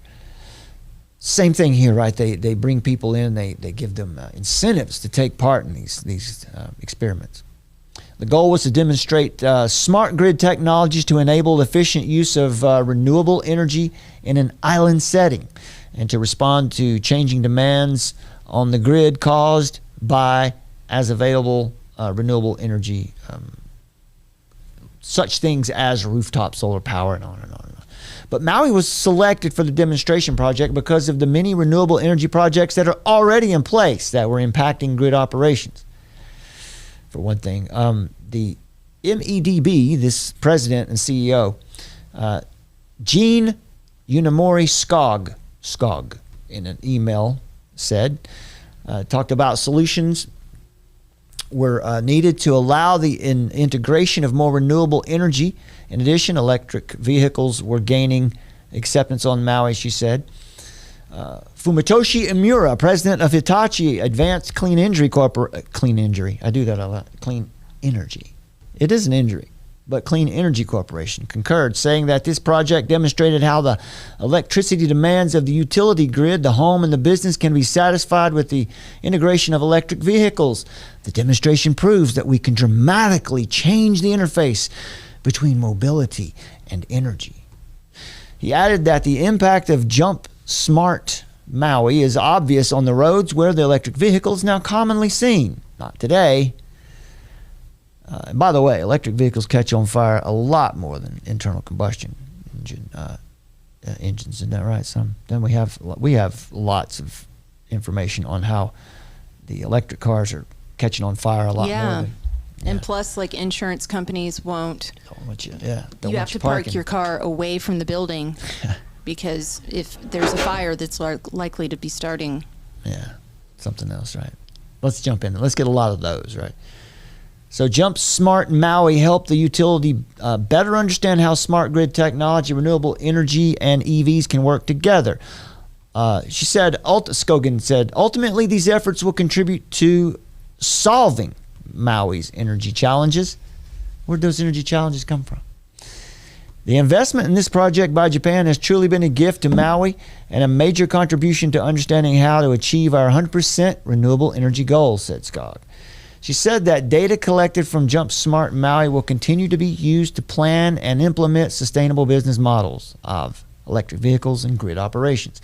And they said this at the end. Also, we see Maui as a technology showcase of newly developed advanced energy solutions. So this place has been in the, they've been working here for a while. What does that mean?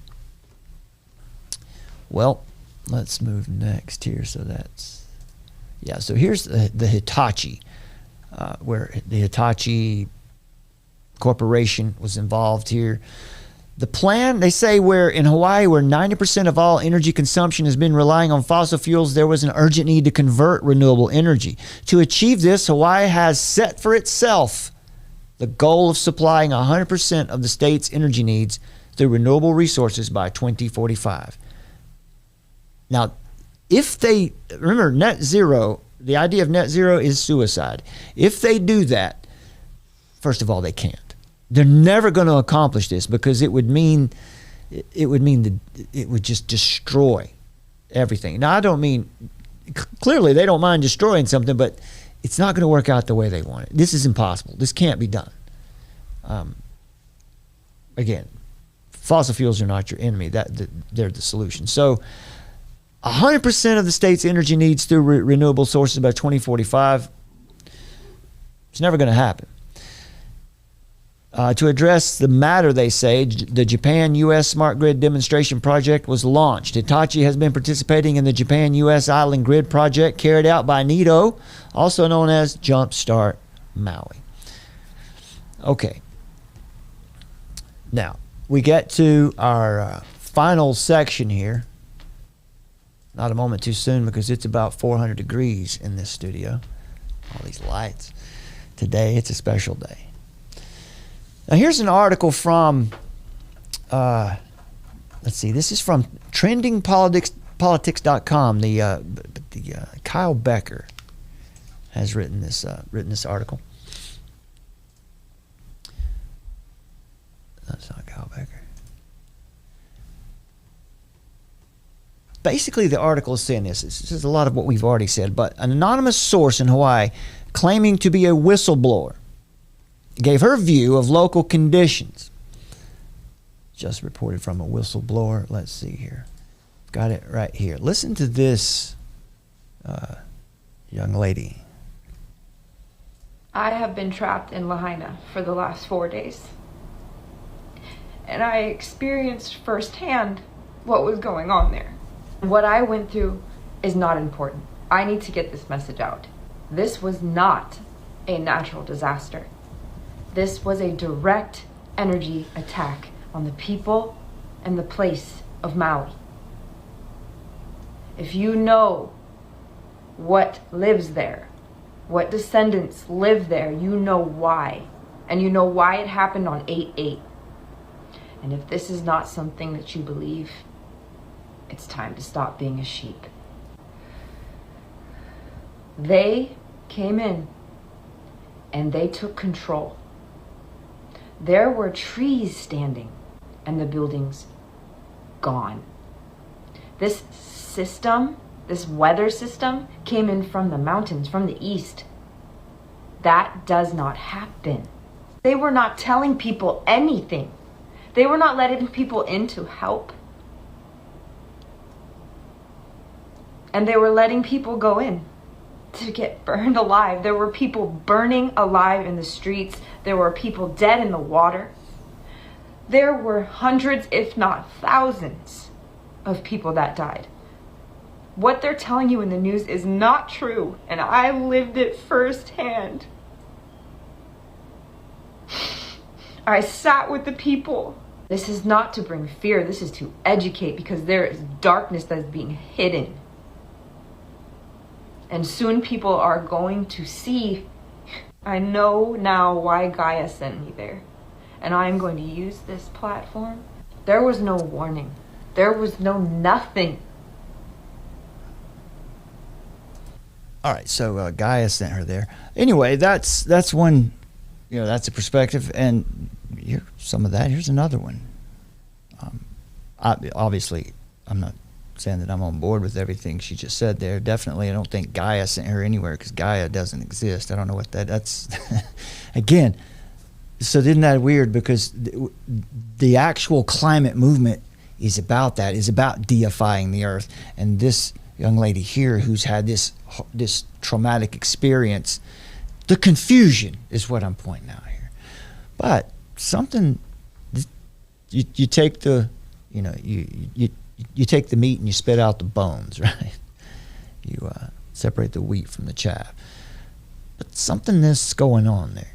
Let's listen to this. On the Hawaiian fires. Now, I want you to look at this footage, and this surely doesn't look like a fire to me. It looks like something almost exploded or something went off. Now, what's interesting is certain things are still standing while other things are not. Now, the governor did say this is climate change doing this.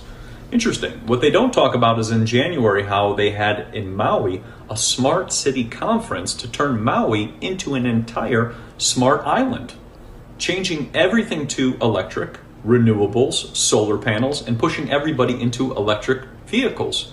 15-minute smart cities. So now what's also interesting is next month in September, Hawaii is hosting the Digital Government Summit utilizing AI to govern the island. It's It's almost like they're resetting something to start rebuilding for this in which they're trying to push. Yeah, build back better. Build back better. Here's another one from The Punisher. The Bastion of Truth, The Punisher. You know,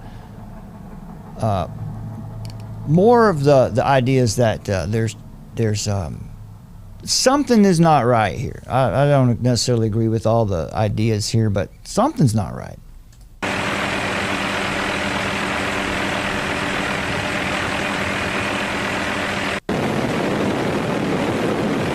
We're just getting overhead of the area again.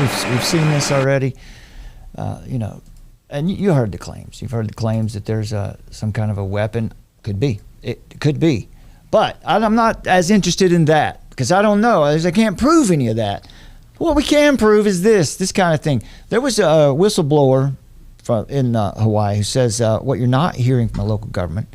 This person says, just got out of a meeting where I was informed by someone in the mayor's office about developments that are being kept from the public. I'm not a conspiracy theorist, and I don't want to make trouble, but here's what I've heard. The amount of fatalities is expected to be more than 500, but less than 1,000, the source continued. Many of the fatalities will be children who were at home because they canceled school.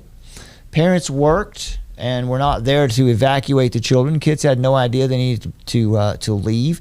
And by the time they noticed their homes or apartments were on fire, it was too late. The government is worried about how we will all react when we learn that the fire department left the fire earlier in the day, claiming it was 100% contained, knowing that the winds were expected to be 70 miles per hour by the afternoon. Continuing, she says, this is against all fire control protocols.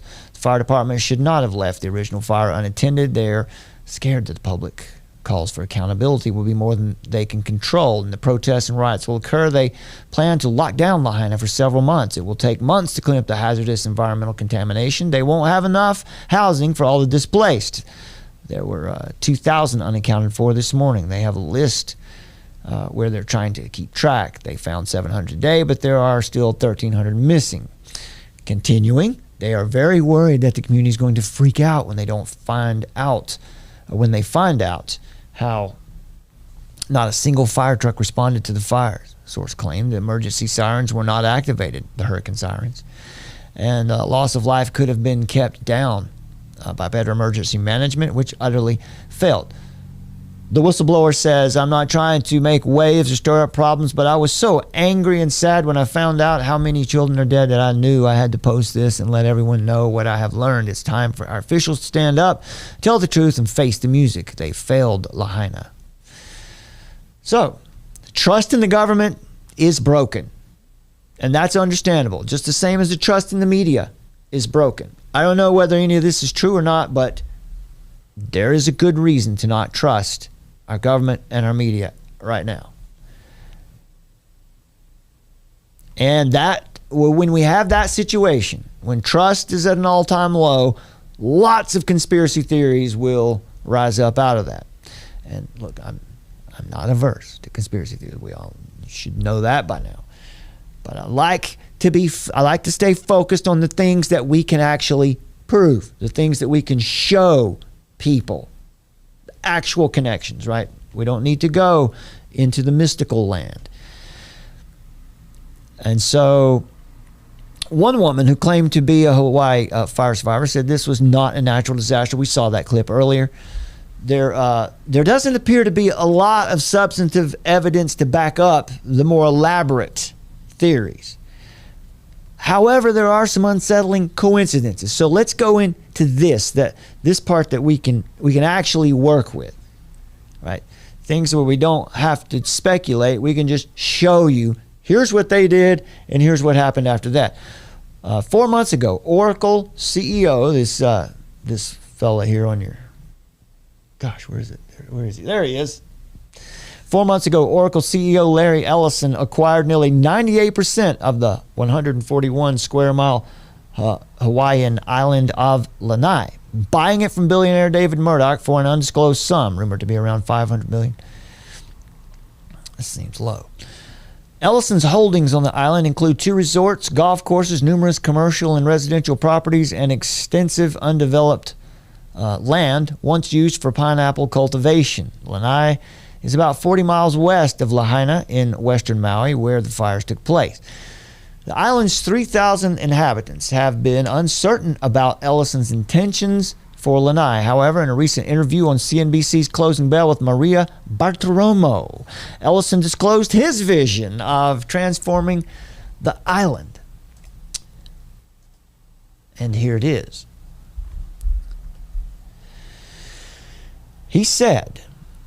Ellison said that he wants to turn the island into, we're talking about Lanai here, he wants to turn it into an eco-friendly haven, emphasizing electric vehicles, organic culture, and solar energy. He said this, quote, make sure you see here, there's his name. He said, quote, "What we're going to do is turn Lanai into a model for sustainable enterprise." He is one of the world's richest men. All right, he said this on Fox Business Channel the other day. He says, quote, "I own the water utility. I own the electric utility. The electric utility is going to be solar, photovoltaic, and solar thermal, where it can convert seawater into fresh water." However, Ellison's vision goes beyond merely powering the island with solar energy and using solar thermal for desalination to generate fresh water. He also intends to introduce organic farming. We have, of course, organic. How does he define that? It's going to be some kind of sustainable thing, right? He said, quote, "We have drip irrigation where we're going to have organic farms all over the island. Hopefully we're going to export produce, really the best organic produce, to Japan and elsewhere. We're going to support the local people and help them start these businesses. We'll have electric cars, so it's going to be a little, if you will, laboratory for sustainability in the businesses of small scale." Thus, Ellison was pitching the concept of turning Lanai into an eco-lab featuring electric cars and solar energy and organic farming, but local residents complained Ellison didn't engage with them. He didn't ask them if they wanted to take part in it, failing to communicate his intentions. Right? He did not address any potential concerns, and he didn't gather any feedback from the people who actually live there. Ellison has also been accused of seeking to turn the 90,000-acre island into a playground for the super rich. Right here. Billionaire Ellison turning Hawaii's Lanai into a playground for the rich. Literally what it says, isn't it? Pulama Lanai, the management company he set up to oversee the island's transformation, was also lambasted by residents for creating a housing shortage. The Real Deal reported Ellison owns the island's main grocery store as well. So he owns the power and the water and the food. The power and the water and the food. He's got the place on lockdown. He owns the only gas station, the community newspaper, and the only non-Four Seasons hotel. His development plans tend to be secret. Many locals have heard that he plans to make the island sustainable, but they don't know how. Residents say that no other entity can balance Ellison's control, meaning his decisions carry the weight of the law, with minimal discussions of new projects and almost no due process, the report added. There are also serious questions about the government's response to the wildfire. We talked about this earlier. Management agency confirmed that no sirens linked to Maui's emergency alert system were activated on that day. Adam Weintraub, a department spokesperson, explained that the system, which comprises 80 sirens across Maui, is designated to motivate people to seek detailed emergency information, like via online, TV, or radio broadcasts. The siren is a message, but it's not a very specific message. And so each time we sound them, there's a balancing in the decision, right? So they hear the siren and they know to tune in to something. The best I can say is that given the spread and demands of the incident, I don't have any concerns in the way that Maui County handled it, the way I know now, but we can talk about that again later, okay? So describing the devastation, Hawaii Governor Josh Green attempted to deflect responsibility for the emergency response failure to NBC's Lester Holt. He said, "It's too early for me to tell." So this is Josh Green, of course. We kind of know where he stands. They say much of the emergency equipment was destroyed early in the fires. In May, Hawaiian officials reported suspect widespread arson on the island of Maui. Listen to this report. This is back in May. fires burning on. With breaking news, there are several large brush fires burning on Maui that have prompted road closures. This is May. According to Maui officials, the fires began shortly before 1:30 this afternoon. Kahekili Highway is closed between Kamaile Street and Wai'ehu Beach Road. Maui police told us homes on Kamaile Street in the Wailuku Country Estates were being evacuated, but about a half hour later, the Maui Emergency Management Agency issued a statement saying there were no evacuations at this time. Maui Veterans Highway in front of the Armory is closed, but the Kahului-bound lanes remain open. We spoke to a resident in the area who's been keeping an eye on the conditions. But at the moment, there's just a lot of, it's white smoke now. There were patches of black smoke for a while, but now it's pretty much just all white smoke. And the helicopters are fairly constant. One of the fires also burned 1.5 acres of the Kanaha Wildlife Sanctuary. The cause of these fires remains under investigation, and no word yet on how many acres have burned in the other fires. So that's weird. I don't know what to make of it, but that's weird. Remember, not one piece of evidence doesn't make the whole case. But after a while, we can see what's going on. So that brings us to... well, let's see. On Friday, Attorney General... With more hiking and camping happening now and all through the summer, we're learning how to stay safe with supply. There we go. Okay. Attorney General Ann Lopez announced that her department would undertake a comprehensive review of the critical decision-making, and on and on. So the idea here is it's just kind of strange that these fires have been showing up. You've got these a lot of billionaires are involved in Hawaii, specifically with Maui, specifically with Lahaina, and definitely those three islands, Maui and Lanai and Molokai. So, make of that what you will, but certainly the place has been a target. It's been an area where a lot of planning and research has been done for smart cities and smart grid activities. So seems like now everything's going to be built back. Let's see what happens there. So we'll finish this up here with something that's a little crazy. Now, this is Cindy Jacobs. She is a prophetess. No, she's not. But she calls herself a prophetess and an apostle and whatever else title she wants to give herself. Last October, she was there in Maui, there in Lanai, doing some false prophecy. I want you to listen to what it is that she claims here. This gave me chills when I first heard it. Now, her voice will definitely make the hair on the back of your neck stand up, but the content of what she's saying is also pretty shocking when we see what's happened. And we consider what God's judgment is on false prophets in the Old Testament. Prophesied over Pastor Jireh that he's going to get a new house already. So you mark it down. It's going to happen. In fact, why don't we pray for anyone that needs that? Raise your hand. Father, in the name... She's in Lahaina here as she's doing this last October. You're right. Prophesying and asking Jesus to give these people supernatural houses and whatever else. Listen to this. In the name of Jesus, I thank you, Lord, for supernatural houses. You're going to multiply exceedingly. Amen. Our church, which was really at the epicenter of everything that took place smack dab in the middle of Lahaina, our church burnt down. Now 96 people are confirmed to have lost their lives. The Lahaina fire is the deadliest wildfire in the United States in more than a century. New information has been hard to come by. Officials did not hold a press conference today. And the Holy Spirit is saying through the prophets worldwide, it's a new season, okay? It's a new season. In October of the year 2022, Cindy Jacobs made one of her many guest appearances at the King's Cathedral on the island of Maui. You know, we have the marvelous privilege today to hear a woman of God who has been a great blessing to Pastor Colleen and myself all these years. God has elevated her ministry all over the world. Crazy town all over the world. Crazy town all over the world. All over the world. This is one of the friends of the house because they're friends of mine. It's just a joy to have Prophetess Cindy Jacobs come and minister the word of the Lord. Would you welcome her, please? Well, good morning. Good morning.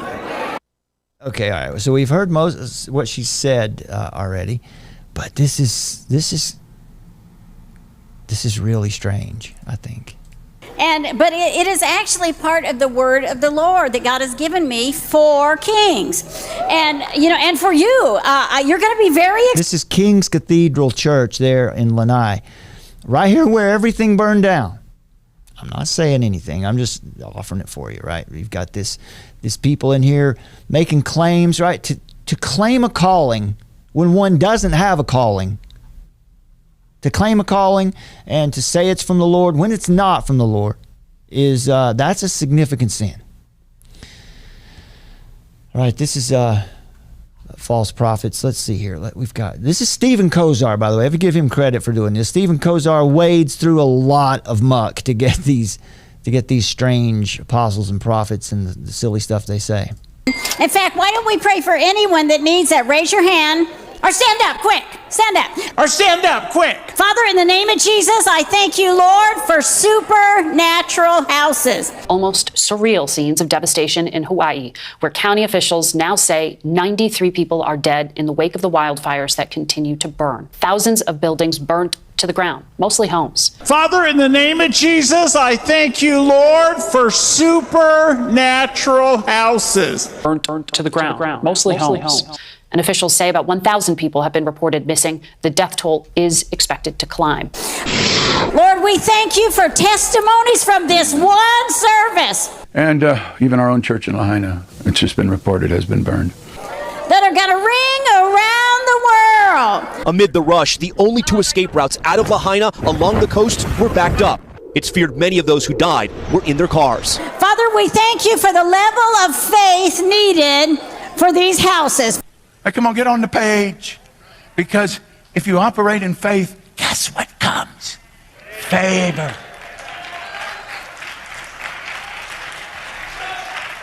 The favor of God's on this house because you operate in faith. Don't ever stop. Well, there you go. How about that? Is that strange? Maybe it's not so strange. Let's look at Ezekiel 13 for a minute as we think about this. This is good. I came out of my seat earlier today when I found this. Ezekiel 13. Start with verse 3. Thus says the Lord God, woe to the foolish prophets who follow their own spirit and have seen nothing. Your prophets have been like jackals or foxes among the ruins, O Israel. You have not gone up into the breaches. Specifically, they're talking about these prophets, these lying prophets. They didn't go to war. They didn't do anything. They just lied, always. You haven't been into the breaches or built up a wall for the houses of Israel that it might stand in battle in the day of the Lord. They have seen false visions and lying divinations. They say, declares the Lord, when the Lord has not sent them. And yet they expect him to fulfill their word. Have you not seen a false vision and uttered a lying divination? Wherever you have said, declares the Lord, although I have not spoken. Therefore thus says the Lord God, because you have uttered falsehood and seen lying visions, therefore behold, I am against you, declares the Lord God. My hand will be against the prophets who see false visions and who give lying divinations. They shall not be in the council of my people, nor be enrolled in the register of the house of Israel, nor shall they enter the land of Israel, and you shall know that I am the Lord God. Now listen to this. Precisely because they have misled my people, saying peace when there is no peace, and because when the people build a wall, these prophets smear it with whitewash. So say to those who smear it with whitewash that it shall fall.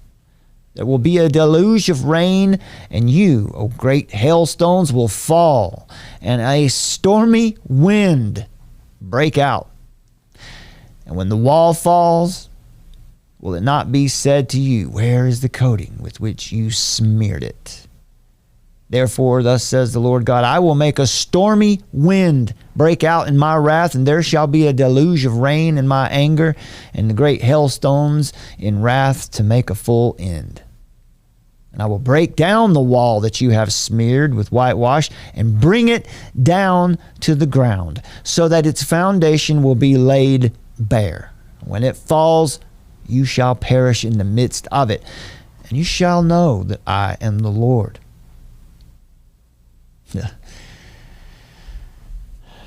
Wow. Thus will I spend my wrath upon the wall, and the wall upon those who you have smeared it with whitewash. And I will say to you that the wall is no more, nor those who smeared it. The prophets of Israel who prophesied concerning Jerusalem and saw the visions of peace for her when there was no peace, declares the Lord God.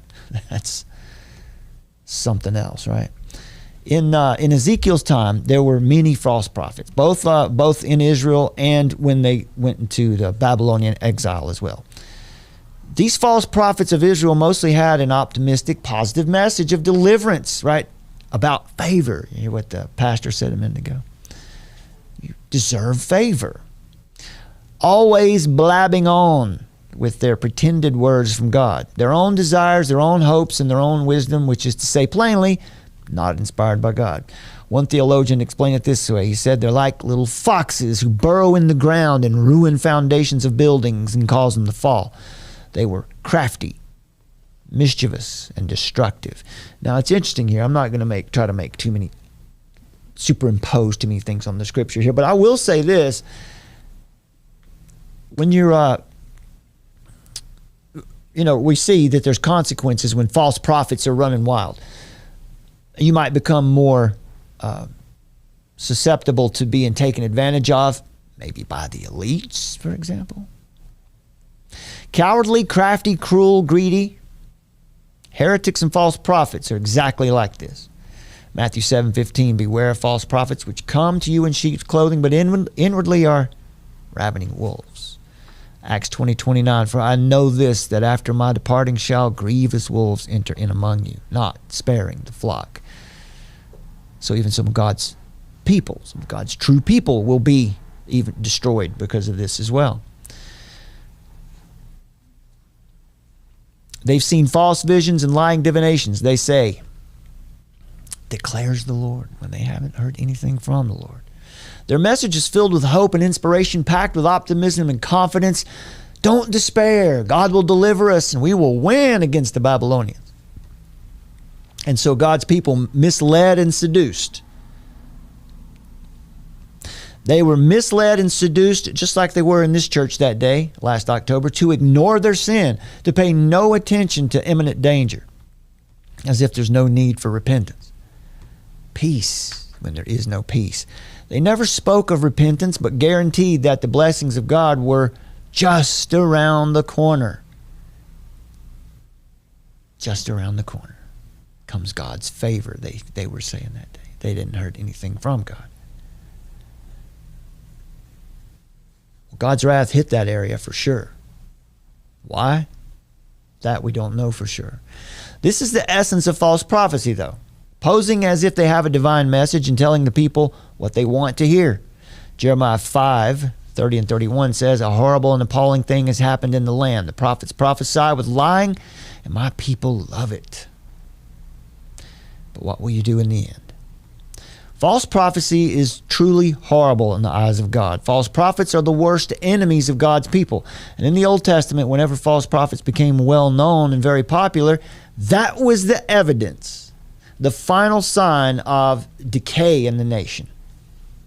Bad things followed, in other words.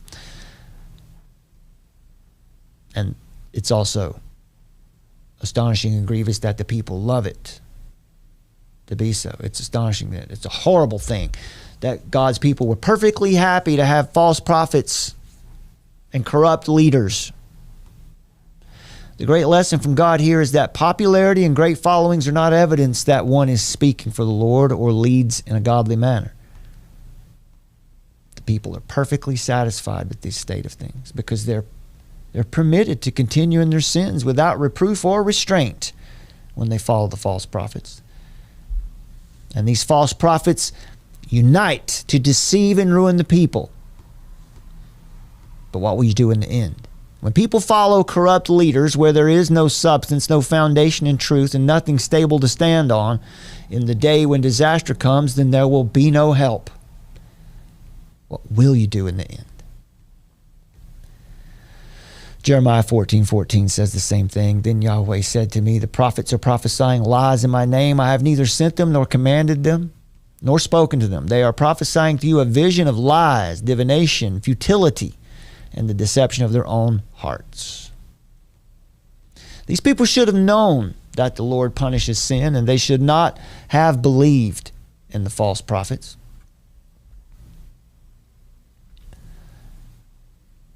There we go. I didn't have that up there, did I? But the judgment of the nation is spoken of here because the people were willing to be deceived. Let me say it again. The judgment of the nation is spoken of here in these passages because the people are willing to be deceived. So that's where the danger is. False prophets were compared to liars and cheats, compared to corrupt leaders and officials who build an unsafe wall, cover up that wall with whitewash or untempered mortar, something meant to appear as if it's stable, like renewable energy. It looks right, but ultimately it's useless because it's an illusion and only hides the weakness and rot underneath. It's a wall that cannot be trusted to stand and to protect. God promised that a stormy wind would come against this weakly built wall and would destroy it. And when the storm came and the wall fell, everyone knew the message was false, but it was too late. The key was to do a proper inspection of the wall before the storm came. So Satan and Eve and the noble lie. Now, I know I've talked about the noble lie an awful lot, but there's a reason for that. That's because it's extremely important to understand as we talk about false prophets around the church and we talk about these corrupt leaders as well. Satan's pitch to Eve in the 3rd chapter of Genesis is the origin of what has come to be called the noble lie, falsehood told by an individual or group in power with the aim of manipulating those under their power into doing what otherwise they would not do, often with the veneer of some noble purpose. Such is the case here on the surface, such is the case with these sustainable development goals and these false prophets. They're the same thing.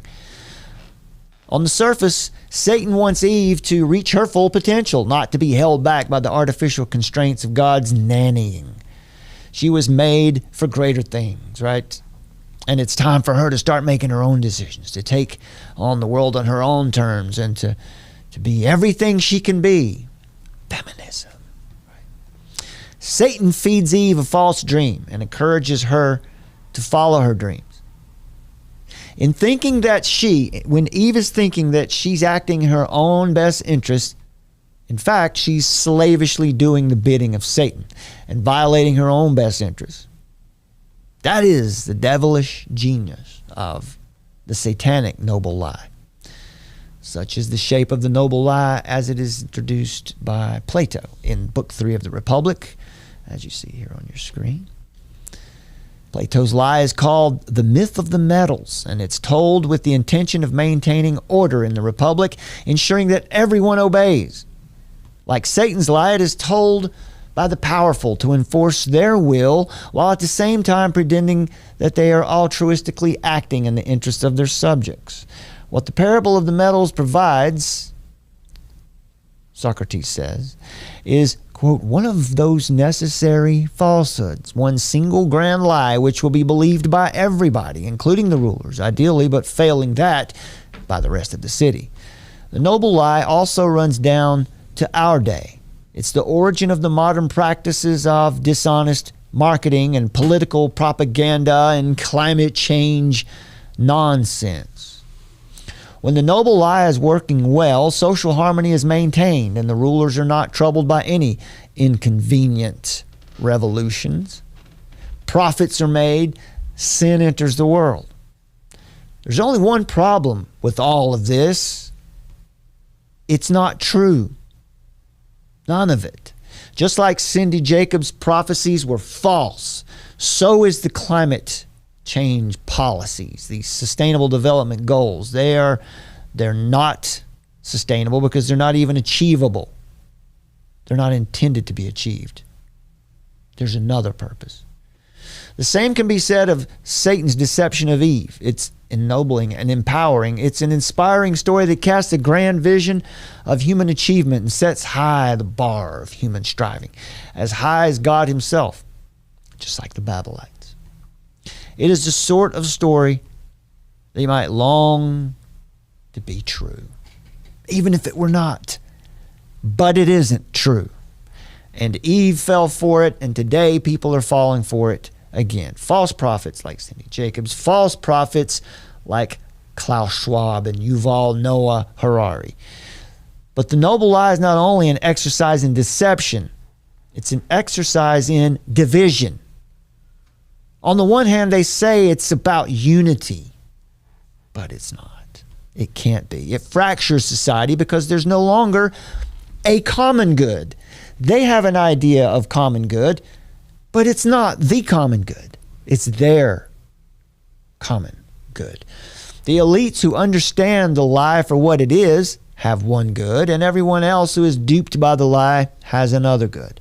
In Genesis 3, Adam and Eve believe Satan's lie and think that their good is in becoming like God and knowing good and evil, whereas Satan knows that the lie will destroy them, but please him. Before the lie, there is no division in the good. The good of all creation is to be good under God, in the words of the Westminster Shorter Catechism, to, quote, glorify God and enjoy him forever, unquote. But Satan's lie, the lie of the climate, the lie of the Sustainable Development Goals, makes the idea of the common good itself into a deception. And it makes the ruling class, in this case Satan, into a class of conjurers rather than priests. As G.K. Chesterton said, quote, for the definition is that a conjurer is apart from his audience, while a priest is a part of his. The lie divides society. Satan is in the know, and Eve is lied to. Remember, we've talked about this before. We've got the in the know authoritarians and the in the dark true believers. Satan is in the know, and Eve is lied to. Satan is the in the know authoritarian, and Eve is the in the dark true believer. She's believed the lie, and the fruit of division is alienation and resentment. What have you seen the climate movement do other than cause resentment everywhere it's implemented? God's dealings with Adam and Eve are a striking contrast to this noble lie. The truth God tells to Adam and Eve is not safe or necessarily empowering at every step, but God gives it to them unvarnished. Pure truth. He tells them uncomfortable things, hard things, things that may cause us to wonder, why is he acting as he is? Why he put the tree in the garden to begin with. But he never lies to Adam and Eve, not even for their own good. Later in the Bible, God's prophets never get God's people to believe in something that is untrue in order to ensure some particular outcome, even if it's believed to be a good outcome. God never sugarcoats the pill of sin or repentance either, just to manipulate people into following him, which is one reason why Christianity is so unattractive in this world. Hell is hard, but it is not hidden. Suffering is severe, but it is not shrouded. If someone comes to God following the biblical pattern, they may not like what they see, but they certainly are not lied to. They don't have the wool pulled over their eyes. They see the truth always. The noble lie sanctions the idea of a truth for the 1% in power. Satan or Plato's philosopher kings, and then a convenient untruth for the 99%. Adam, Eve, and the subsequent human race are the citizens of Plato's republic, or the people of Maui. One reality for the rulers and another for the ruled. But God's economy has one truth for everyone. For little children and adults, for black and white, rich and poor, Western, African, Asian, members of learned academies and residents of mental hospitals, and as Australian children's entertainer Colin Buchanan argues, God's truth is one size fits all. In the respective dealings of God and Satan with Adam and Eve, we see one of the defining distinctions between what Augustine calls the city of God and the earthly city. Truth and trust in the first, deception and division in the second. Satan chooses what works, which by the end of the Bible will lead him to his doom.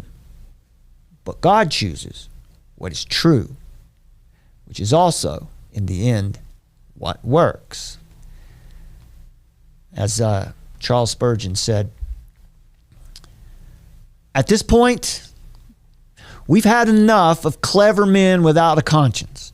Let us now see what honest and God-fearing men will do.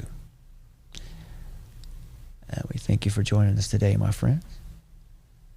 And we'll see you again back here very soon. We'll see you on we'll see you on True Normal TV next time, perhaps very soon. Summer, anything you'd like to say on the way out? No, thank you for that report. And I think we were fair about this topic. It's a tricky topic. It's another one of those mammoth topics that... Yeah. The only reason that I covered all of that, the only reason I did all of the Maui stuff was just to get to that last 20 minutes. Yeah. That last 20 minutes, because that's what we got to know, folks. What's really important, the truth that we need to affirm is the truth that never changes. You can count on it. We've had enough of clever men without a conscience. Let's see now, what will honest and God-fearing men do, right? We can't sit on the couch and just hope it all works out, or pretend as though somehow Christians are meant to watch it all happen until Jesus comes to grab us. That's not our charge. We have a commission. Let's fulfill it. We've had enough of clever men without a conscience. Let us see now what honest and God-fearing men will do. Let's stand up and do our duty. Got anything?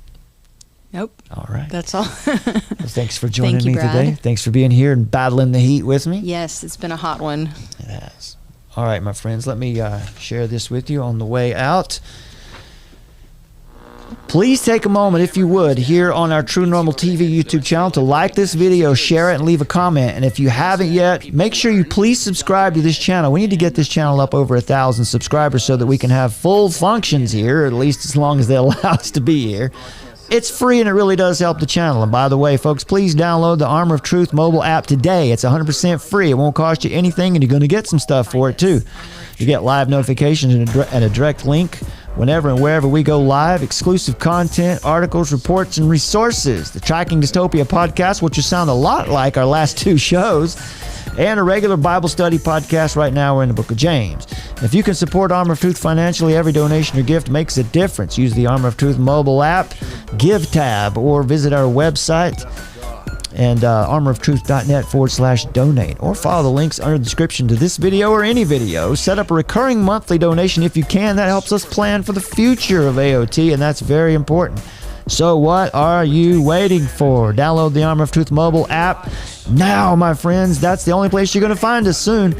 My name is Brad, and I'm joined by my talented, precious wife, Summer. Together, we're Armor of Truth, and we're seeking a worldview revolution through God's revelation. Faith is resistance. Yes, it is. God bless you, my friends. We'll see you next time. Good night. This is not a test.